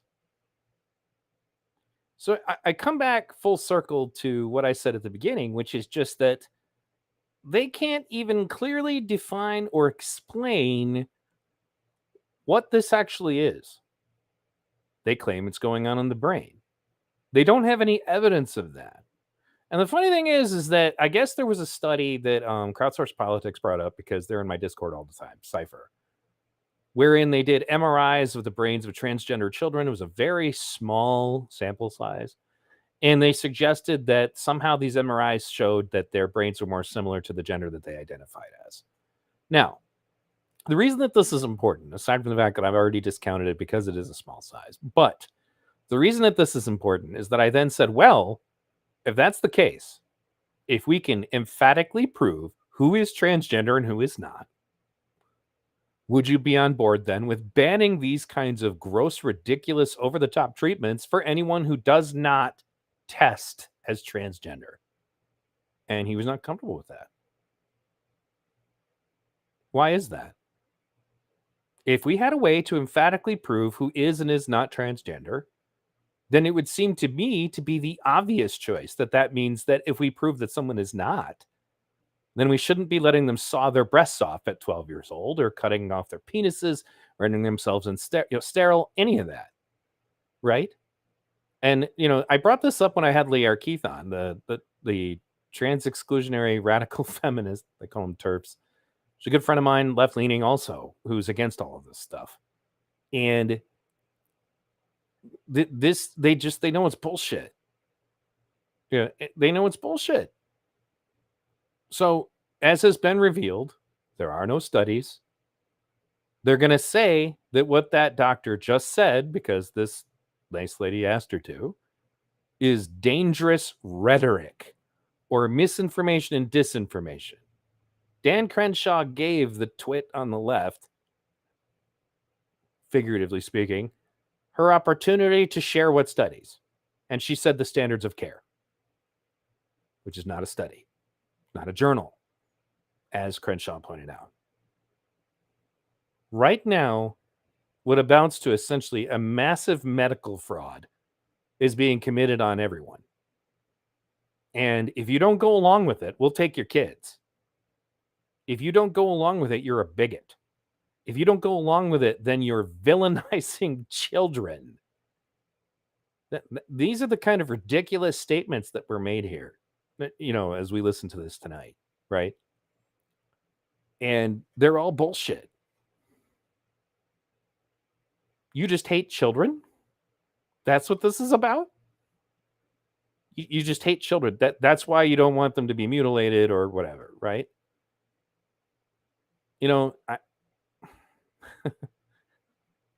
It's important again to remember, folks, that the only way to protect yourself from some kind of crazy authoritarian regime that's trying to take over is to retain your critical and analytical thinking skills.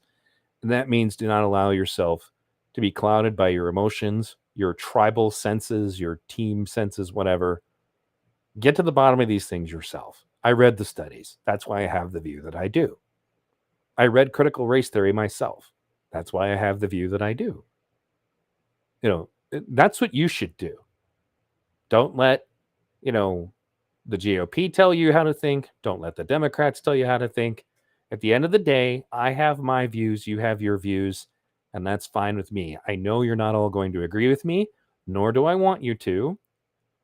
That's why our Discord is a contentious place. There's constant fighting that goes on there, but it's all without any personal attack, which creates a very interesting dynamic, because then people are not free to just simply start calling each other names when they don't like how the outcome is going, right? They have to stick to facts.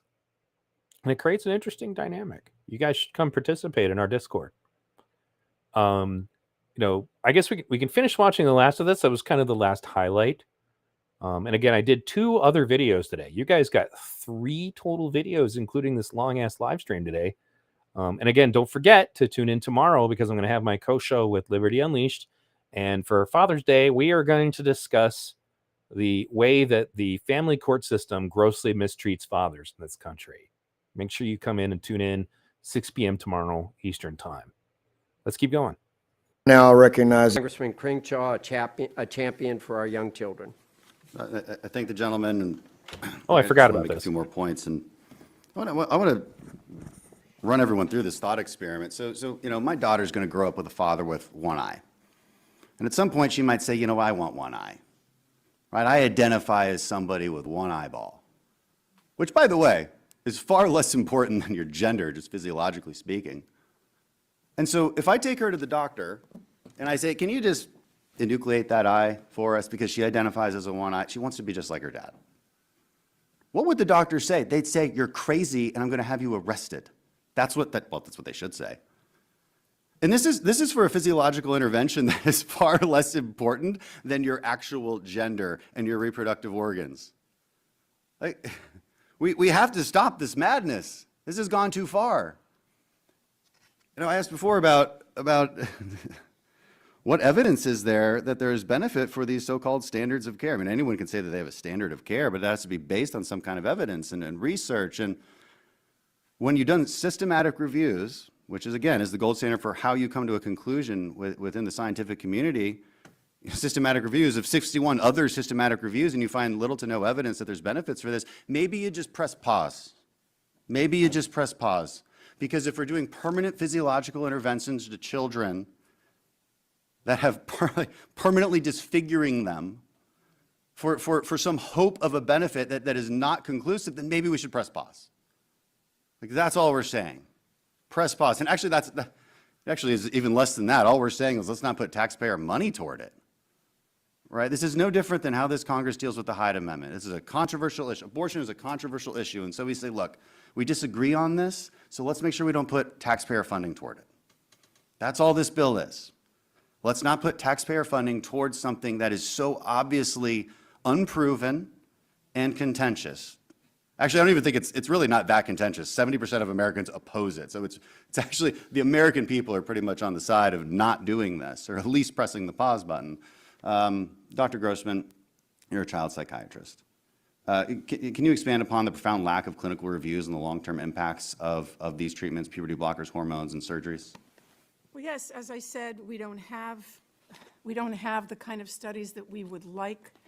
And I think it's very important for people to understand that when we talk about standards of care and we talk about guidelines and all the various associations that have come out for gender-affirming care and about politics and partisanshipness, those organizations themselves are rife with politics. They are permeated with politics. Can you expand on that? Tell us how those activists have pressured dissenting voices in this Well, yes, field. I just interviewed a number of doctors for my book, pediatricians, endocrinologists, who reported back to me on the fact that when they tried to speak up and have panel discussions or presentations that challenged gender-affirming care at the American Academy of Pediatrics or at the Endocrine Society, they're simply not given that opportunity.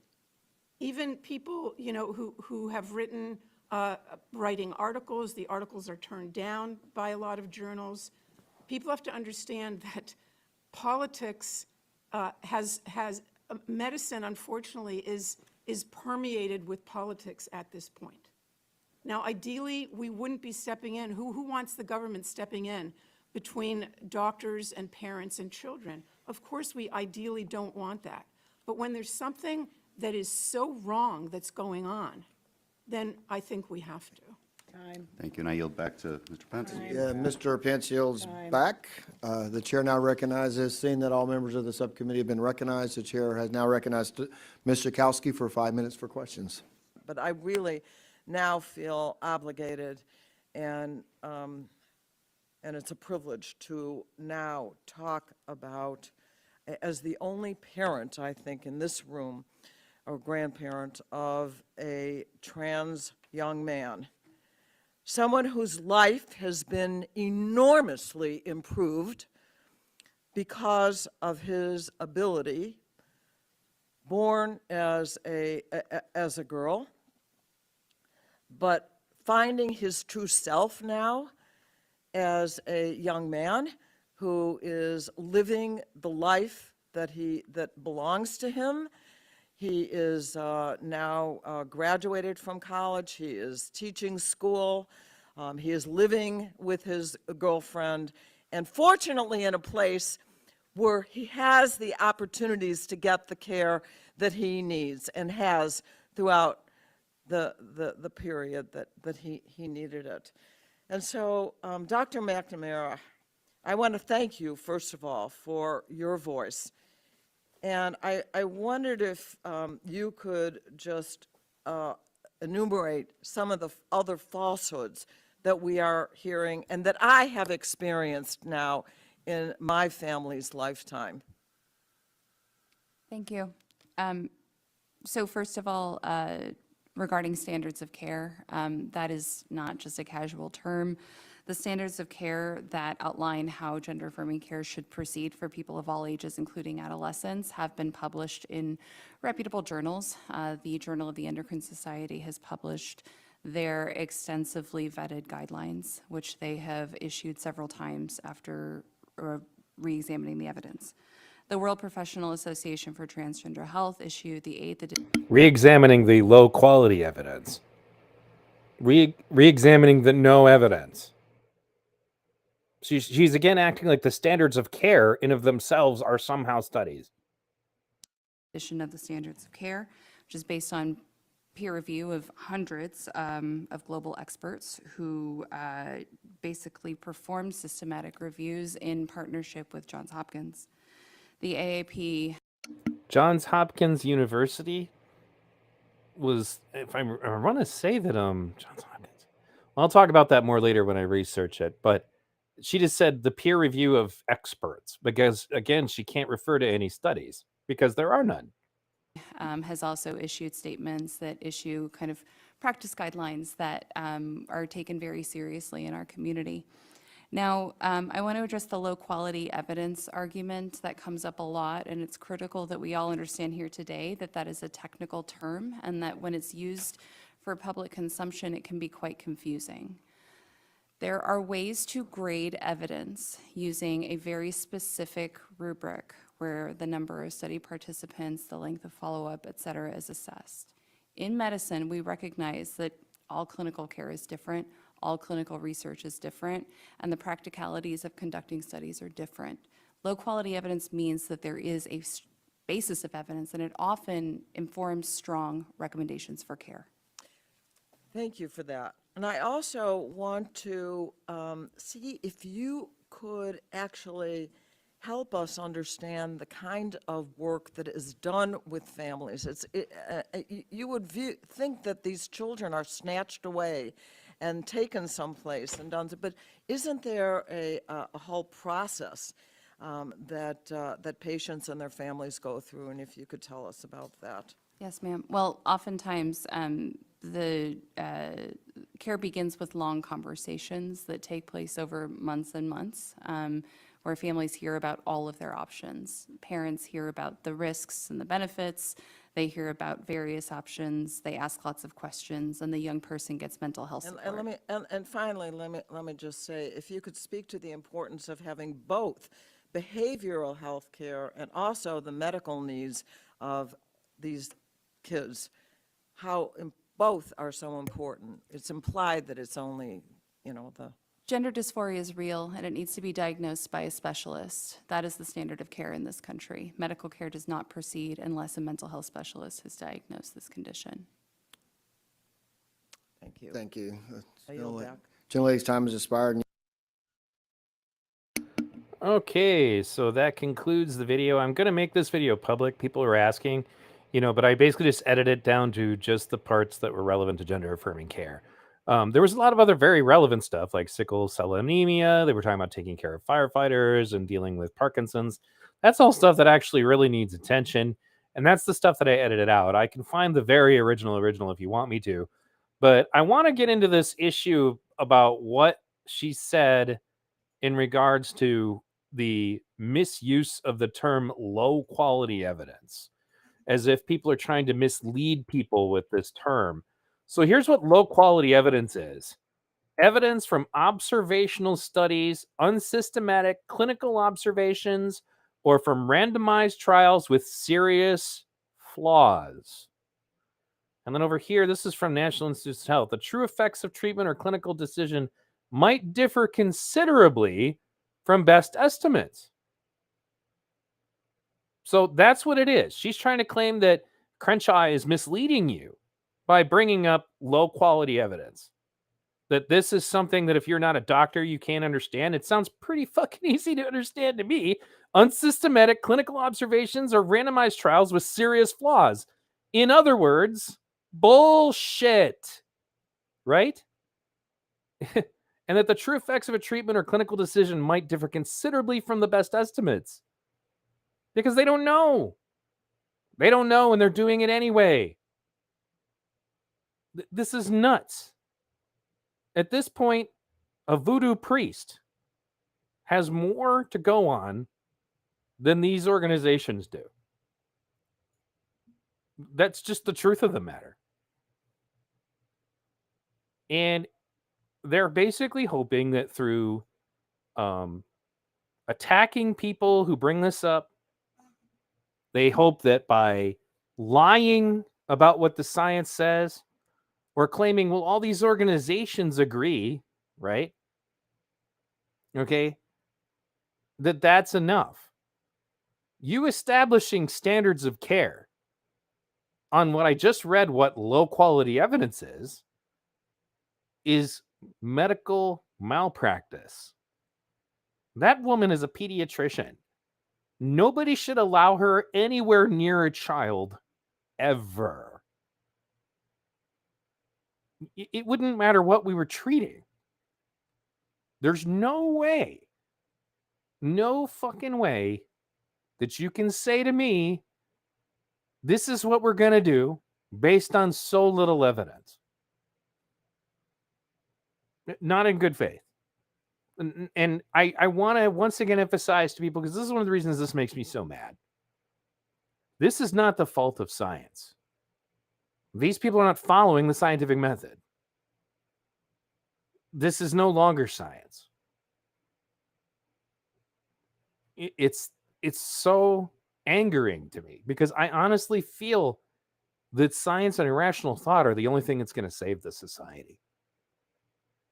We should have science and rational thought and testing methods and moving past opinions and instead into surefire conclusions that have been brought about by the best information available that we have sought with no bias, that we have sought with no emotional attachment to the outcome. This is the red pill, blue pill. It's the same thing. And the people who are doing this essentially are taking the pill to stay in the matrix.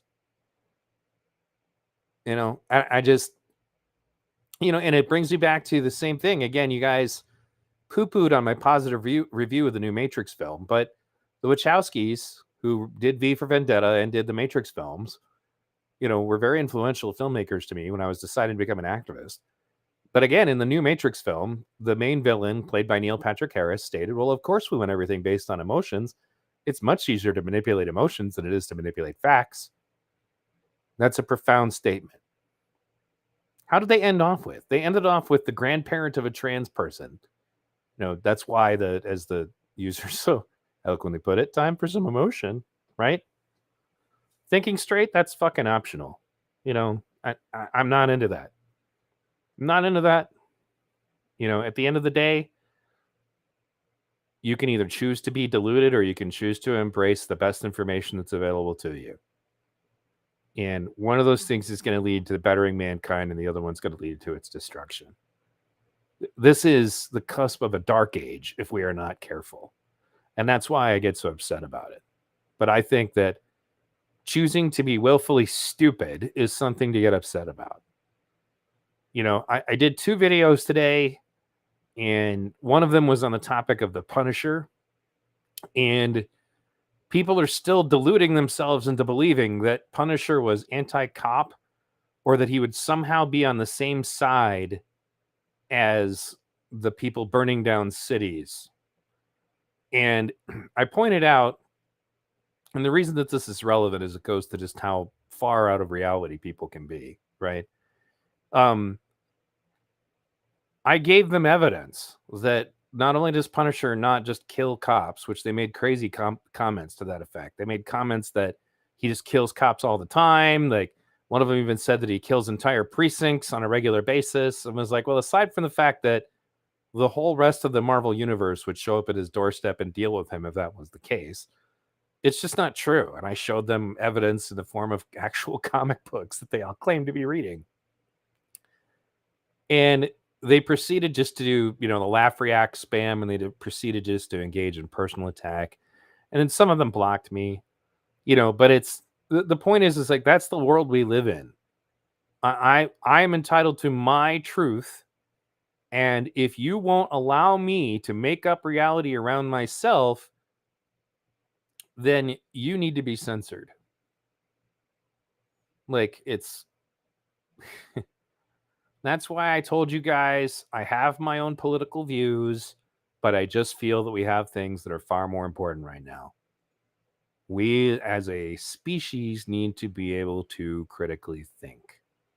And you know what I said species? I didn't say blacks, I didn't say whites, I didn't say straights.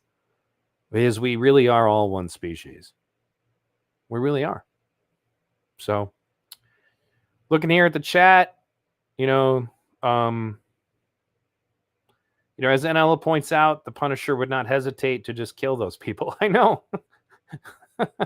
That's the fucked up thing. Like, that's when I did my video to just some guy, because he had some really, really bad takes on the Punisher. I just pointed out to him that the real reason that the left doesn't like the Punisher is that people like Jacob Blake, people, when we talk about, all of these different people that are killed by police, in many cases who have long police records, or arrest records and conviction records. The Punisher existed because he was sick of that people like that were just allowed back out on the streets. He called it the revolving door of the criminal justice system. And they think that he would be on their side when the reality is he'd have just shot Jacob Blake. He'd have just, there wouldn't be any question. He would have been shot 8 times in the back. He would have been shot once in the head. That's what would have happened. Waukesha Parade Massacre killer, shot dead. Guarantee it. Dante Wright, shot dead. That's what the Punisher would have done to all of those people. The people that they're screaming for justice for and burning down cities for. The other video that I did was about the fact that now we have another Wee Spa going on. The difference is at this point, the state has ruled that the spa has to admit pre-op biological men, meaning pre-op trans people who are biological men with their penises, into a nude spa where women and girls are nude. That the spa must allow them to do this. That's what the court ruled. So between Antifa just brutally, savagely attacking anyone who didn't agree with them and then the state going along with it, that's a huge step backwards. I know so many trans people that would never dream of making somebody feel unsafe by presenting themselves in such a place. They would just find another way, right? It's so ridiculous. So anyway, we've been on here for a while, 2-hour stream. I hope you guys have enjoyed this. And please make sure you come back tomorrow night, 6 p.m. I'm going to be doing a co-show with Liberty Unleashed again. We're going to be discussing for our Father's Day special, we're going to be discussing the way that the family courts grossly mistreat fathers in the divorce and custody proceedings. We're going to be talking about that topic. And if you guys have anything that you want us to cover, please don't hesitate to bring it to our attention. Please make sure that we, Tim, I don't know if I can do the raid thing because I, for some reason, still have a community guideline strike. So I don't think I'm allowed to. I also don't think anybody's allowed to raid to me either, or otherwise I would have done it. But are there any friends of the show who are live right now? We can throw the link in if you guys want to go join. That would be pretty cool. I got lots of friends of the show. I think Winning Reality was on earlier. Strategic Eyes might be on. Who knows? These guys are all great. Johnny Walker Dread, I heard somebody earlier saying that they subscribed and they really enjoy Johnny Walker Dread. You should totally check that out. I want to thank my one, let me see if they're still there, my one lone viewer on Twitch. There's always the same, it's usually the same person. I think it's Liquidator. I have one Twitch viewer who's dedicated, who comes on literally every single time. So if Winning Reality is on right now, you guys can go join him. I had a stream at the same time. So because I basically, in order to break that down for you guys, that video that we just watched together, again, I stayed up till like 5 a.m. because I had to watch the whole damn thing to be sure I didn't miss anything. But I think that it's good though to have the full context, but it really breaks down for you just how screwed up this whole conversation is. But I do want to take a moment to tell you guys, once again, to check out my HY page. And especially now, because as I said, like, for example, friend of the show, Neo Unrealist, longtime YouTuber, he's actually one of the reasons why I became a YouTuber. He was one of the people that I was like, wow, this is cool. I should really do this. He had me on several times, to talk about different things, especially when I was myself being banned. But he's over on Rumble. But anyway, the reason I bring this up is make sure you go here so that you can subscribe to me on Rumble, Odyssey, BitChute. I'm on, it says podcast, multiple platforms. You can listen to me either in just straight up audio format on a lot of different podcast mediums, and including Spotify. That's all here. The Fans of V Radio Facebook group. The reason that this is important, even if you don't normally like Facebook, is I can add everyone people and tell them when I'm going live.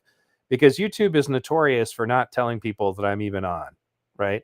You can check out my Twitter here, and I am shadow banned on Twitter, so if you do want to see my tweets, you're going to have to go manually put it in yourself. If you want to support me on Patreon, PayPal, and Subscribestar, you can do all of that here. I do have a Telegram channel. I actually need to get that going on my computer again. Again, the V Radio Discord is right here. I do have Getter. I haven't really been doing anything with it. I do have a Kick channel. That's like a new kind of like a Twitch clone that just minus all of the censorship. And I do have a TikTok where I upload some of my shorts. I don't really do a ton of shorts, but because for whatever reason, YouTube isn't even recognizing that I'm making shorts. And so there's not much point in it. I hate trying to make my point in 30 seconds. I'm kind of a verbose fellow. But again, make sure you guys check this out. And Strategic Guy says, great show. Yes, thank you very much, Strategic. I hope you liked it. You don't often get to hear me drop F-bombs and stop speaking in my gentle velvet voice. The voice that my female listeners adore so much. That's right. V Radio, the Bob Ross of activist journalism. Painting happy little facts for you here on YouTube and Discord and Odyssey and Rumble and BitChute. Whispering into your ear the truth. Just the truth. Embrace the truth. And the truth is, there's something terribly wrong with this country, isn't there? Cruelty and injustice and intolerance. And once when you had the freedom to object and speak as you saw fit, you now have censors and systems of surveillance, coercing your conformity and eliciting your submission. Remember the 5th of November, the gunpowder treason and plot. I know of no reason why the gunpowder treason should ever be forgot. Thanks for tuning in, folks. Tune in tomorrow night at 6 p.m. Peace.